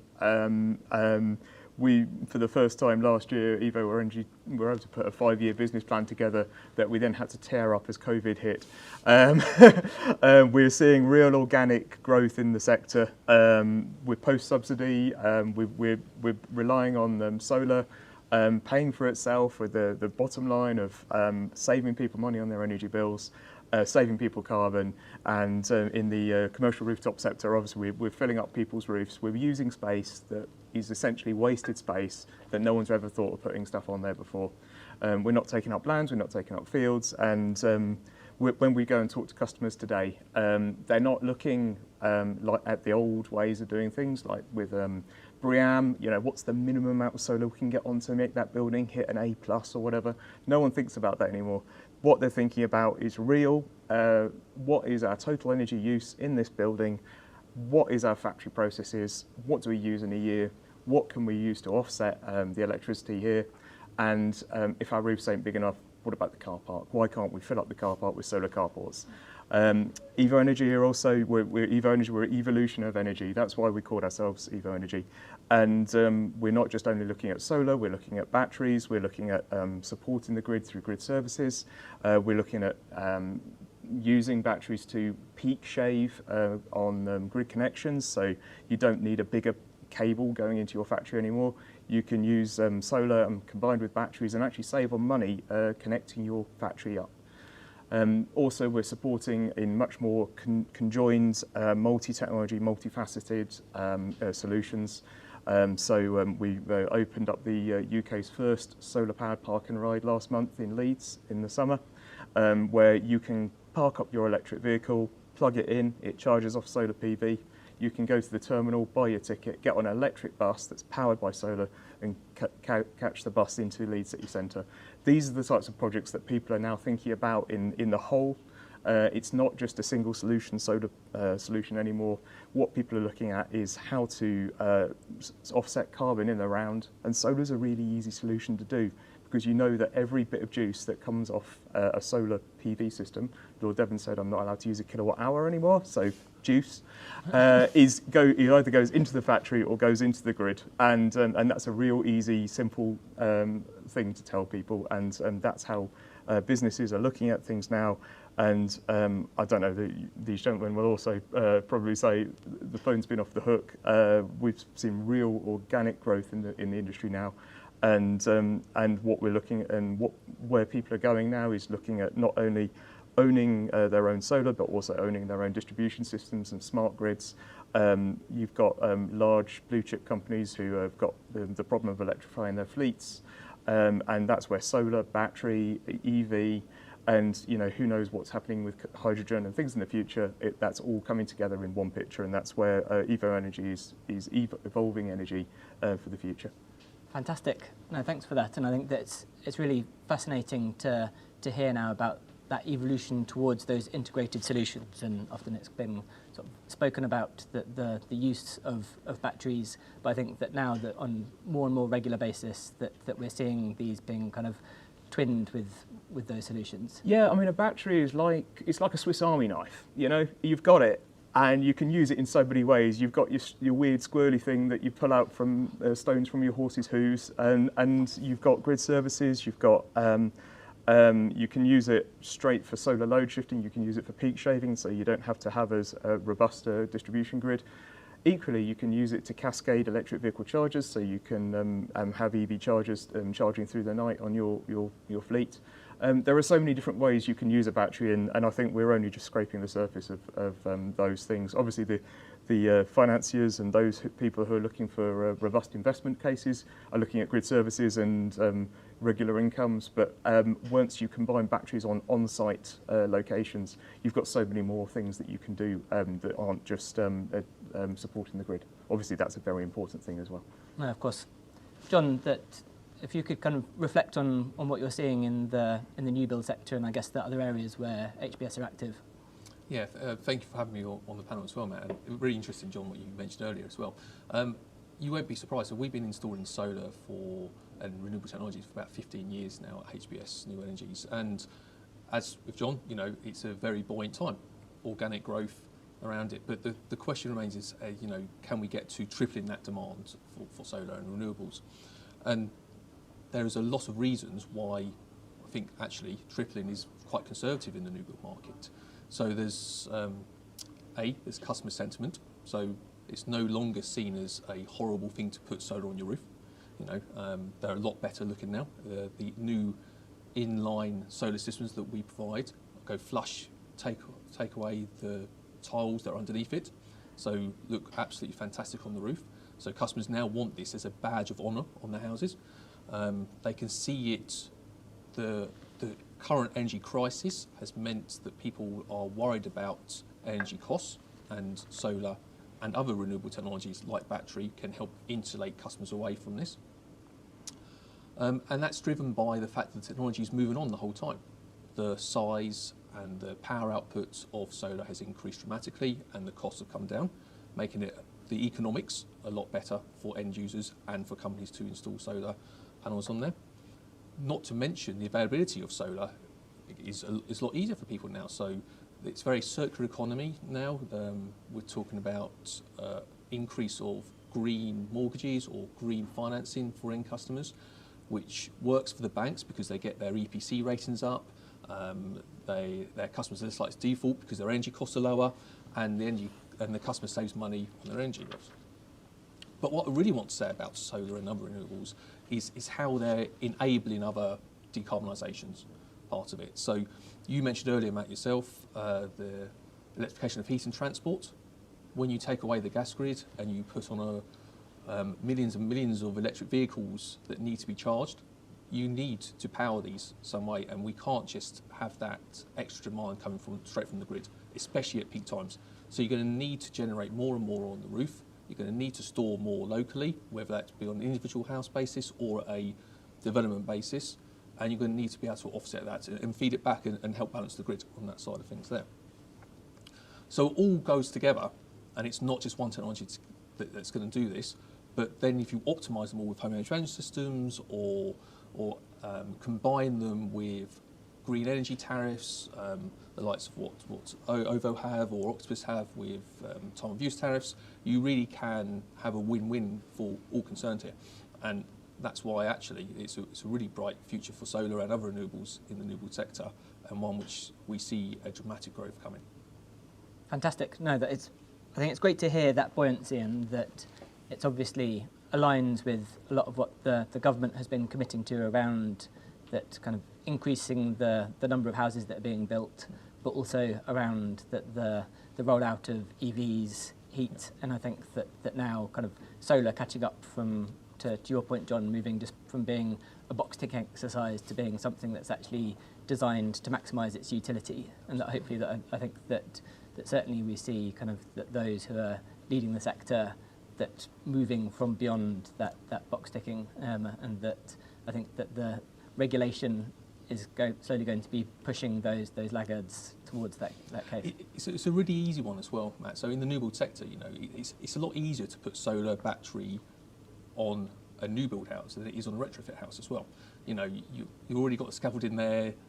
You don't have to put the tiles on there, so it's cheaper. It's much easier to have a full system there than an old Victorian house that's got a single brick with no insulation and a terrible pyramid pitch roof. So it's a really good sector to do this, and the demand is coming. So our customers, the developers, their customers are going to be demanding these features and technologies of them, and that's what we're here to support them on. Fantastic. Jason, over to yourself. I think that you have a great perspective as a distributor, being able to see the varying different approaches that your customers are taking, and being able to get that bird's eye view over what's going in the rooftop sector. Yeah, indeed. Thank you, Matt. Just to echo what the two Johns have both said, just seeing this massive demand and massive growth. So Seagen, as you pointed out, being the largest distributor in the UK, we see this, but it is global. And in previous sessions, we talked about making ourselves attractive to the global industry. We see demand in Europe, where we also have a presence, in South Africa. Everybody is pushing now for solar. It is an accepted form of technology. Everybody wants that on their rooftops or for utility scale as a means to provide energy. So we have to find that way of being an attractive industry.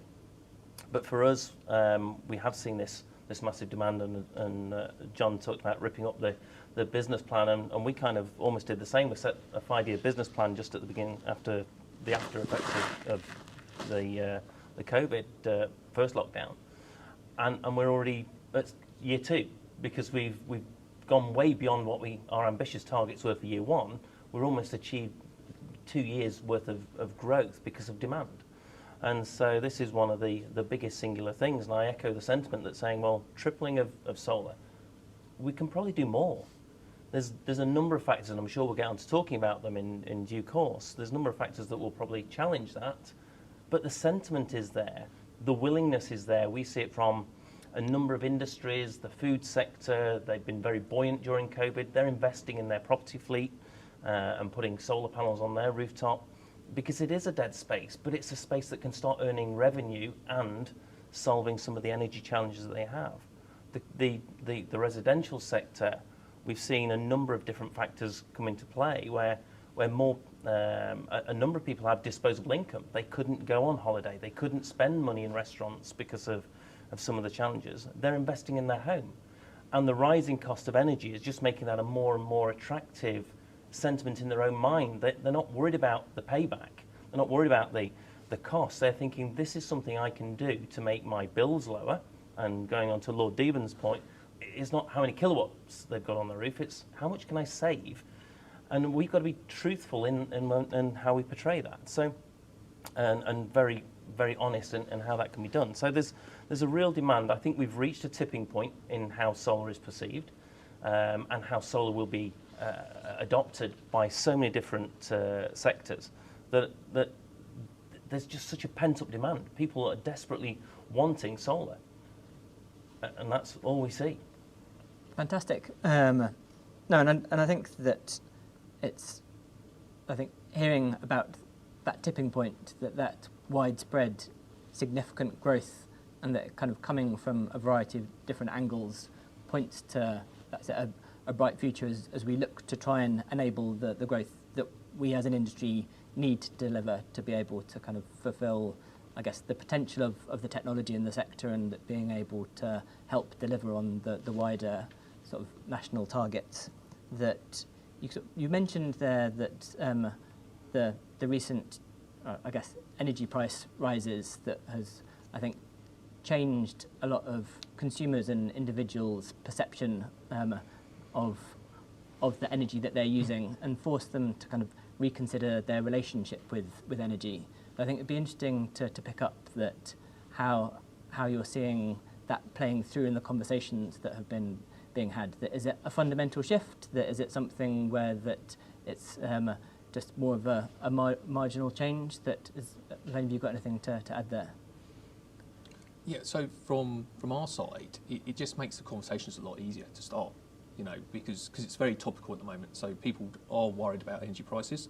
They are worried about the source of energy, and all stemming from the gas prices as well also works. So it just opens the doors to the conversations about electrifying the grid and decarbonising those electrons. And the best source of that, the cheapest, most reliable, lowest maintenance is solar, you know, and it just works. And then if you start combining that with other technologies, it just opens up for me, it's opened up those conversations, and people are more willing to talk to us and request information about it rather than us having to knock down those doors and that way around. So yeah, it's very topical, and I'm you know, the prices are worrying, and you only have to see how many energy companies have gone bust as a result of it. But for the sector, it just highlights the value there is that has always been there, but is increasing all the time. I think what we're seeing is that acceleration, aren't we, of people's decision making. They've been, should I, shouldn't I put it on my roof, you know, particularly in the retrofit market. And now it's all of a sudden, yeah, I'm going to do this now, because all I can hear is energy prices going up. They will go up again in March when the energy cap is reviewed again. And people are going, now is the time.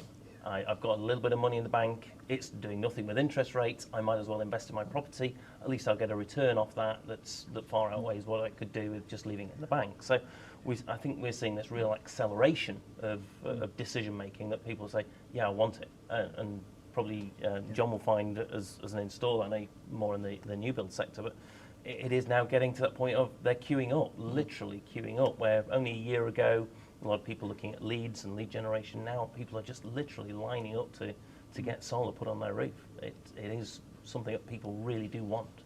Yeah, I mean, a lot of what we're seeing at the moment is generally companies have got long-term plans, 5-year, 10-year plans and things, and solar and renewables and, you know, 2035 targets and things like that.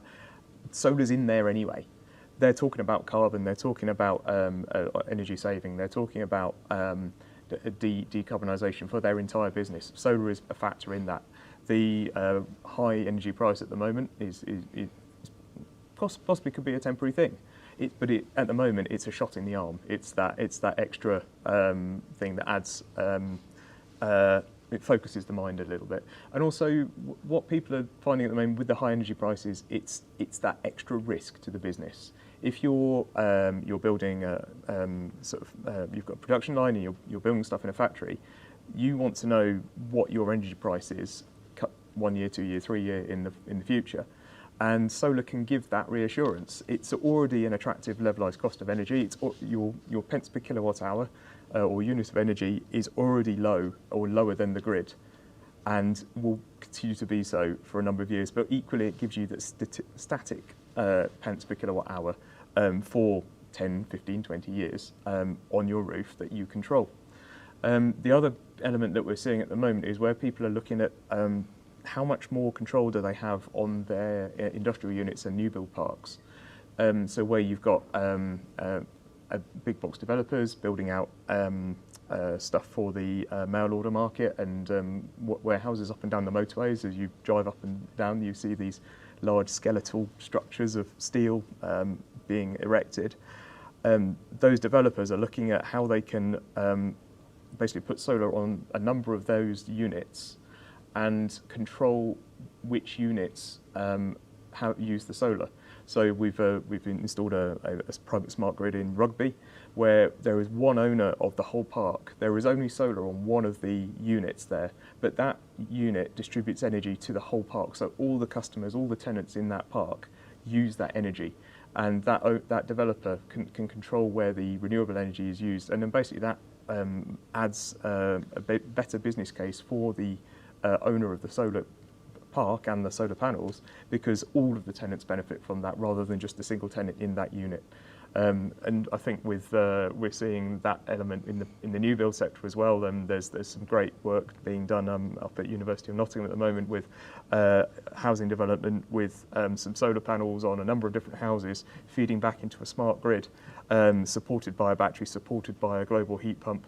And it's that control of that energy and that shift of that energy that it's really exciting. What's happening in the commercial sector is trickling down into the new build and housing sector as well. Absolutely, and in fact, one of the benefits of the technology, they work fantastically well on an isolated case. So on an individual house, it works. The economics work, and for a new build, it works brilliantly because you can buy it into your mortgage, for example, and spread it over 25, 30 years. But then you've got the opportunity to do site-wide work, so you combine those assets together and then localise grids, and it really does accelerate and multiply the benefits that you get from solar storage and other technologies around it all. So absolutely, John, I mean, but the fact is that they work on an individual basis and on a site-wide basis, so you don't need to be worried about having to share your free electrons with your neighbours if you don't want to, but if you want to feed into it, there are even greater gains you can do from this. Yeah, and I think that certainly that kind of echoes that what I've been seeing in conversations that I've been having in the sector, that there does seem to be a significant increase in interest, I guess an acceleration of people in their decision making, but that in the commercial sector that things take a long time, that the decision making process isn't quick, and that it's far from a simple process to get from sort of an idea to having the buy-in from all of the necessary stakeholders and kind of permitting to deliver it. Is there anything that you can see that would further kind of facilitate or accelerate that speed of idea to installation? Well, I mean, last week in the budget, Rishi Sunak was very generous and suspended business rates for solar PV on till 2035, which is enormously helpful and makes a really, really good business case look even better, and also will be a welcome relief for many of our clients who have been paying business rates up till now. There used to be a way of having a third-party usage of electricity, which attracted a lower rate of business rate. Now we're not messing around with strange commercial structures to have tax efficiency. And I think that will really improve the message. Equally, landlords and tenants, whether they use electricity or the landlords, obviously you've got the buildings, are both much more focused on the carbon reduction for their buildings and for their usage. And so it makes those conversations a lot more easier and a lot more kind of collaborative. So where you've got landlords, they're saying, how can we put solar on our portfolio to make our portfolio green, and how can our tenants benefit from that? Whereas before it was more a case of, well, our tenant wants to do this, or what's that? I don't know what the situation is. If those tenants move out, will the new tenants want the PV system on the roof? And now that impression is very much gone away, and people are looking at solar as a benefit for when they're moving into a new building, as well as retrofitting it on existing and used buildings. I think that's great, and that historically that's been one of the sort of significant challenges for the rooftop solar sector in the UK as opposed to other countries, is kind of the nature of the freehold, leasehold property structure that is kind of predominant here, and that certainly that it has been a significant block in the past where both parties aren't necessarily aligned, and that the use case of the solar wasn't necessarily aligned to the tenancy of the leaseholder, so that having freeholders bought into this as something that is likely to be kind of necessary from consumer demand, but I think that increasingly with regulation moving in that direction will be sort of help even further where it becomes the default. And I think that this was something that I wanted to pick up with you, is that the move to solar being standard being default on buildings, both in the residential sector and the commercial sector. But what steps do you see to being able to kind of further facilitate that journey? Yeah, so I can go in the new build sector in particular, but anything's first and foremost you need to remove any of the remaining barriers to it, right? So that was a great announcement last week. One extra barrier removed, so it makes an easier conversation for everything. So there's no doubting that legislation plays a big part here, and in the new build sector, the interim Part L legislation and the future building standards will have a dramatic impact with the CO2 reductions targets that new builds have to comply to. Will mean a lot more solar going on the roof. It's the easiest, most cost-effective way of meeting the new regulation. But that goes hand in hand with all the other factors that I mentioned earlier. And that's the great thing about it. It's not just driven by legislation now, but legislation is something which is supporting it now rather than hampering it before, right? So whereas previously house builders were put on the bare minimum because that's what the legislation says they have to do, they now are looking to go by far and away in excess of the regulation even before the Part L legislation comes in play. So for the new build sector, we see a dramatic increase due to legislation from next June, and we'll see that just becoming the standard for all new builds. So new builds will just have to come with solar.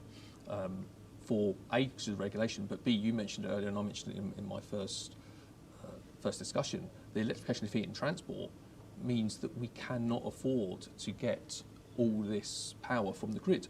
We have to start getting it and generating it ourselves. So there's lots of things around it, but legislation is a key driving factor to do that inertia, to stop that inertia and to keep it going, but lots of other factors as well. Great. I think, and it's interesting, John's point, and one you just touched on there, because I've always felt new homes was the easiest way to target solar, and has been for a number of years, and it's finally coming in, which is fantastic. But I still feel there's this reluctance to really go for it from a lot of house builders and businesses that say there still is that minimum. You drive past the new houses with 2 panels on or 4 panels on, you go, why? What's stopping people putting the maximum on there to go, this is what the consumer wants? We heard earlier that the consumer acceptance of solar is massive. So what's stopping people? Because the incremental cost at the new build stage is negligible, and on the total build cost of the house. So I think it's going to be really interesting how collectively we can push house builders to go, no, 4 modules, 4 panels on a roof is not acceptable. Put 8, put 10. You can fit that on. Why are you not? We are seeing that sentiment. It's absolutely right. But we are seeing that sentiment changing. So we're talking with developers on a daily basis, and we're going to talk about the technologies and finding that it's the education about it. So you have the sustainability teams that are all over this. Absolutely, they're ticking every box. They've all got the plans, and it was just fantastic to see. And then a tender comes in, and it's how cheapest can we do this? But actually, it is starting to move for a couple of reasons. One, you mentioned there, the cost, incremental cost is lower now. But B, the understanding of the benefits to the end consumer, and therefore to them selling the house, is more understood now. Yeah. And it's when you start combining the technologies, I think they're seeing that the resistance is definitely reducing. And there's certain developers that we work with that go far in excess of the regulation and put 8 panels on every roof, which is fantastic. And the others, we're seeing it changing the whole time, but it's also changing where they put the panels. It's no longer being hidden around the back of the houses because people want to be seen to be green, right? They want to have that green badge. And so we are seeing that sentiment change. It's a slow ebb because the sector is very traditional. This is how we've always done it. But the seeds of change are there, and we're seeing it inch by inch, people asking for more and more. And with more and more solar, it opens up the business case for battery. And then you put in an EV charge point as well, and then you try to put in a home energy management system that combines it all, and then the heat pumps. It all works together, and solar is an enabler for that. And we shouldn't be pitting these technologies against each other. They work fantastically together, and that's the point of them. I think I can't remember how many years ago, the Merton rule was brought in for commercial solar in the London Borough of Merton. 10% of the total building energy use had to come from renewable sources, full stop, or else a building wouldn't be developed in the London Borough of Merton. And that changed the commercial building strategy of any new building in Merton. Where are the local authorities around the country insisting on the Merton rule, but for domestic stuff? Now, without batteries, as you say, John, well, up to a year ago, we all went up to work, off to school, and having lots of solar on a roof probably wasn't the most strategic way of doing it anymore. But you know, now we've got a deadline for no gas boilers to be installed in any new build. We've got EV being installed ubiquitously across the country to support the electrification of vehicles. And we've got the declining cost of batteries, and also we've got the transition to use electricity to heat hot water. Suddenly we've got the technologies that are there that can store the solar generation that we're all out during the day. Well, hopefully we all are in the future and we're not going to be locked down again. When we're all out, in the car, in the hot water tank, in the thermal mass of the underfloor heating. And then that 10% rule suddenly makes sense. Why not 20%? Why not 30%? I mean, we've got the opportunity, and also with smart grids on building sites, you don't have to have a battery in every house. You could have a battery on the side of a housing estate. You could have a collective car park where your solar is feeding into a car park site from next to a school or next to an office. So the electricity has somewhere to go. On that estate, on that development, and then you can show a truly green development. I think it starts with local planning authorities and looking at maybe a radical step. It happened in the commercial rooftop sector. I think we can look at the residential as well and see where that goes.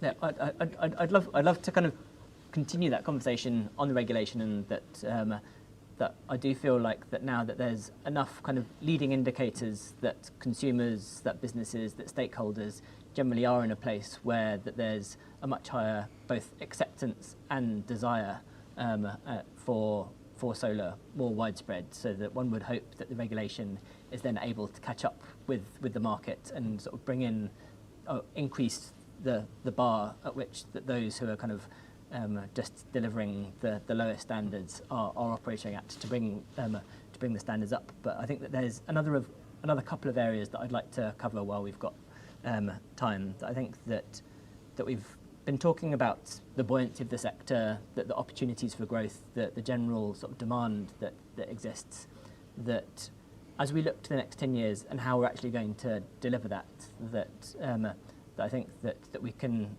start to chart a path towards that tripling, but it does include the supply chain, the installers scaling up, that it involves there being many more people doing the work than is the case. That I'd be keen to explore that, both sort of following a couple of years of turbulent challenges, and as we look forward, that where do you see the kind of the state of the supply chain or the workforce? Is this something that you think that is going to be a challenge ongoing, or that is it something that will sort of work itself out and has just been a temporary issue?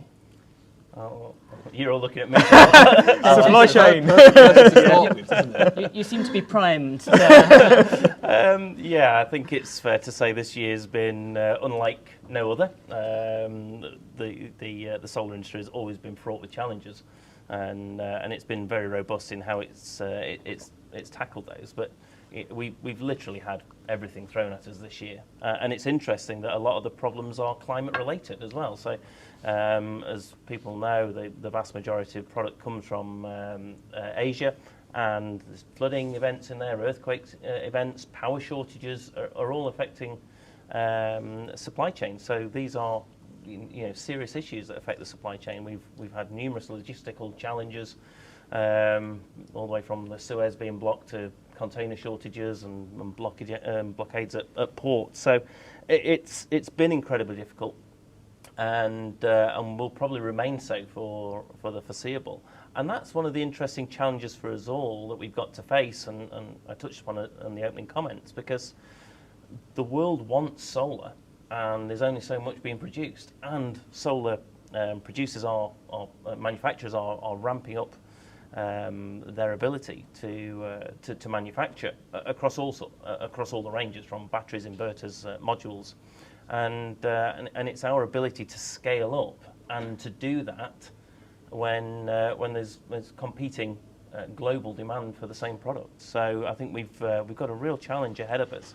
And for us locally, we're seeing a real shortage of installers, and I'm sure you guys will echo that. It's the electricians, the roofers, and we're taking part in numerous areas to try and attract talent into our business, apprenticeship schemes, graduate schemes, making use of the government's Kickstart scheme to try and attract people into the business, because we've probably doubled the amount of people we've had in our UK team over the last sort of 12 months, and it's finding people and bringing people in fast enough, because there's a young people are really interested in renewable energy, but how can we get them in quick enough into this sector to make the industry really attractive to them? And that's one of the biggest challenges we're tasked with at the moment, and we're looking at each and every different way. So we've got a number of challenges ahead of us in the next 10 years to hit those targets, and we've all got to collectively work together, utilising the schemes that are available, and really trying to make sure we get the product into the country and we can then install it. So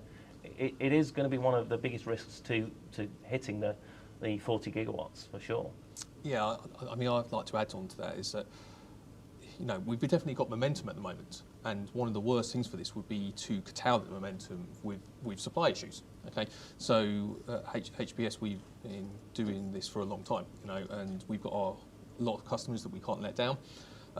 So we also want to make it easy for them, and it's quite confusing. It is quite a confusing sector out there. There's lots of products compatibility, hence why we've worked with global manufacturers and global supply chains to produce an inline solar system. So it's a one-stop shop so that we can supply that. But we need to manage that supply chain as well.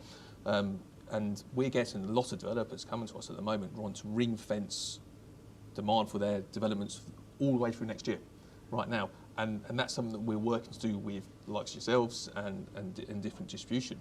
But it's our job to make that our problem and not our customer's problem, and definitely not the end customer's problem. The end customers want solar on their house. They're not going to wait for the new build house to be built for solar to go on it, right? So that's our job to do it, and that we're working with our global partners to make sure that we don't lose that momentum, because one of the worst things is taking time to get the momentum. We don't want to go backwards now. Absolutely, and that's one of the things we've probably faced more challenges with this year, securing stock from premier suppliers and making sure we've got solutions that might not be their preferred solution, but we've got a solution that will work, because using quality manufacturers and OEMs, that's a key factor in what we've been trying to do, because people don't want to wait. They want a product, and so that's what we've really worked hard to do this year. Yeah, I mean, definitely we've seen lots of customers who have written commitments to put solar in their business plans for 2021, 2022. As Jason said, we've had massive supply issues and things like that, and what we're seeing, and also we're seeing is up till now we've had a very turbulent market, very sort of up and down in demand. So as a company and as a sector, we've tended to lean towards the small, the nimble, the reactive. What we need from sort of government procurement is several years frameworks of rollout and supply, because then you can employ a team of full-time installers to go around a lot of schools or a lot of industrial sites to roll out that stuff, and that gives us the certainty to have that employment and have that commitment where we have an overhead, and obviously where you have an overhead you also have a commitment to your staff to keep them employed, and that you're not going to let them go very quickly. What I found amazing in the last sort of couple of years is the universities have been rolling out renewable engineering courses and things like that. But a lot of them are not very practical. So we've had to, you get guys who know all the maths, but have never seen a solar panel actually installed. So we've got a lot of very bright engineers and new people into the sector that don't quite know how it's actually done. So that's been a real challenge for us, and then also we've been employing apprentices and things like that to upskill our workforce and expand that way. And we found out, it's the whole range of the sector. It's a complex picture out there. It needs very simple communication to non-skilled procurers and people who are wanting to understand about that. And it takes a great deal of time to understand it enough to explain it simply. So that's been the real challenge, and that's with global supply issues. That's where we've found business the most challenging. The advance there, it's the being able to supply to it.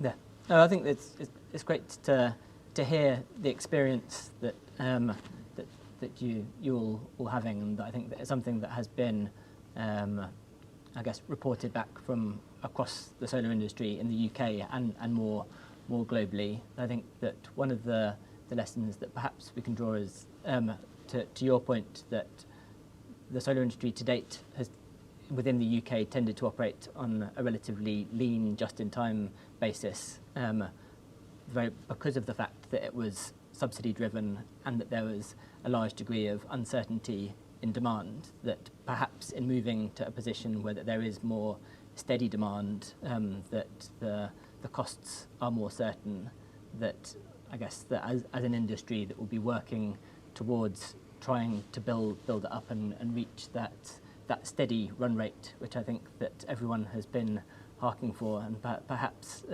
is something that can start to be delivered over the years as that we're reaching towards that. I think the other point on supply chain that I wanted to bring up is that obviously the quantity of the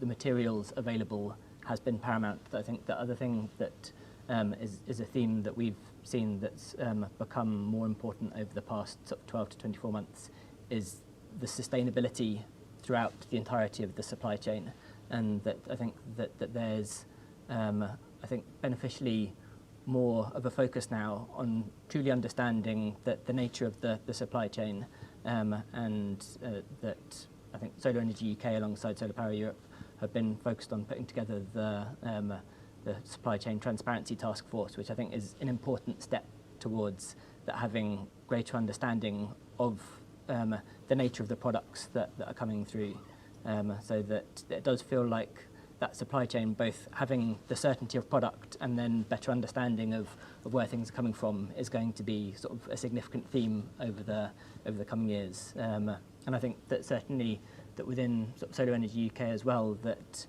ensuring that we've got the right skills being developed in the workforce, working with government sort of education establishments to ensure that there's the relevant schemes for sort of apprenticeships, kickstarters, that sort of higher education programs, so that we've got the workforce we need. That I think that it moves beyond being anecdotal, where that you speak to pretty much every firm in the sector who's trying to grow, trying to hire people, and having a challenge being able to find people with the right skills. That some of the responsibility sits with us to kind of take on people at the start of their careers and train them, but that also that it's beneficial to have more of a sort of systematic approach. So I think that hopefully that's something that there's been increased focus on from government as well, in looking at the green jobs and the opportunities that this transition offers, rather than it just being focused on the costs. That this is a significant investment that is going to bring about a huge amount of innovation that allow sort of companies and industries to grow and become sort of global champions. That solar industry in the UK has been a significant sort of international success, and that those have gone to have success elsewhere, so that hopefully we can continue with that. I think that in wrapping up, that I'm aware that we're sort of running over due to a couple of delays and shifts in the programme, that I wanted to thank my panellists here today. I think thanks also to the Solar Energy UK team for the programme to date, and to Energy UK and RenewableUK for establishing the Energy Transition Hub, and for RES for hosting us. That sort of two final plugs, that in sort of industry coming together to establish what a programme would look like towards solar delivering on net zero, and the push to trebling the capacity and reaching 40 gigawatts by 2030. Solar Energy UK have got a fantastic report called Lighting the Way, which included a number of sort of policy recommendations that it's been fantastic to see government starting to deliver on some of those to enable the industry to move from kind of a business as usual case to actually being able to meet that net zero case. Also, sort of with a specific focus on the rooftop solar sector, that there's a value of solar properties report that came out a month or so ago, which is starting to offer the most kind of robust analysis around the financial implications of having solar on residential homes, and after sort of analysing 5 million residential transactions, have been able to start to put some robust numbers around the impact of that on housing costs, which I think that we're hoping to start feeding into the growing green financing sector and green mortgages. So that I'd encourage you to have a look at those. And without further ado, I'll say thank you and wrap up this session.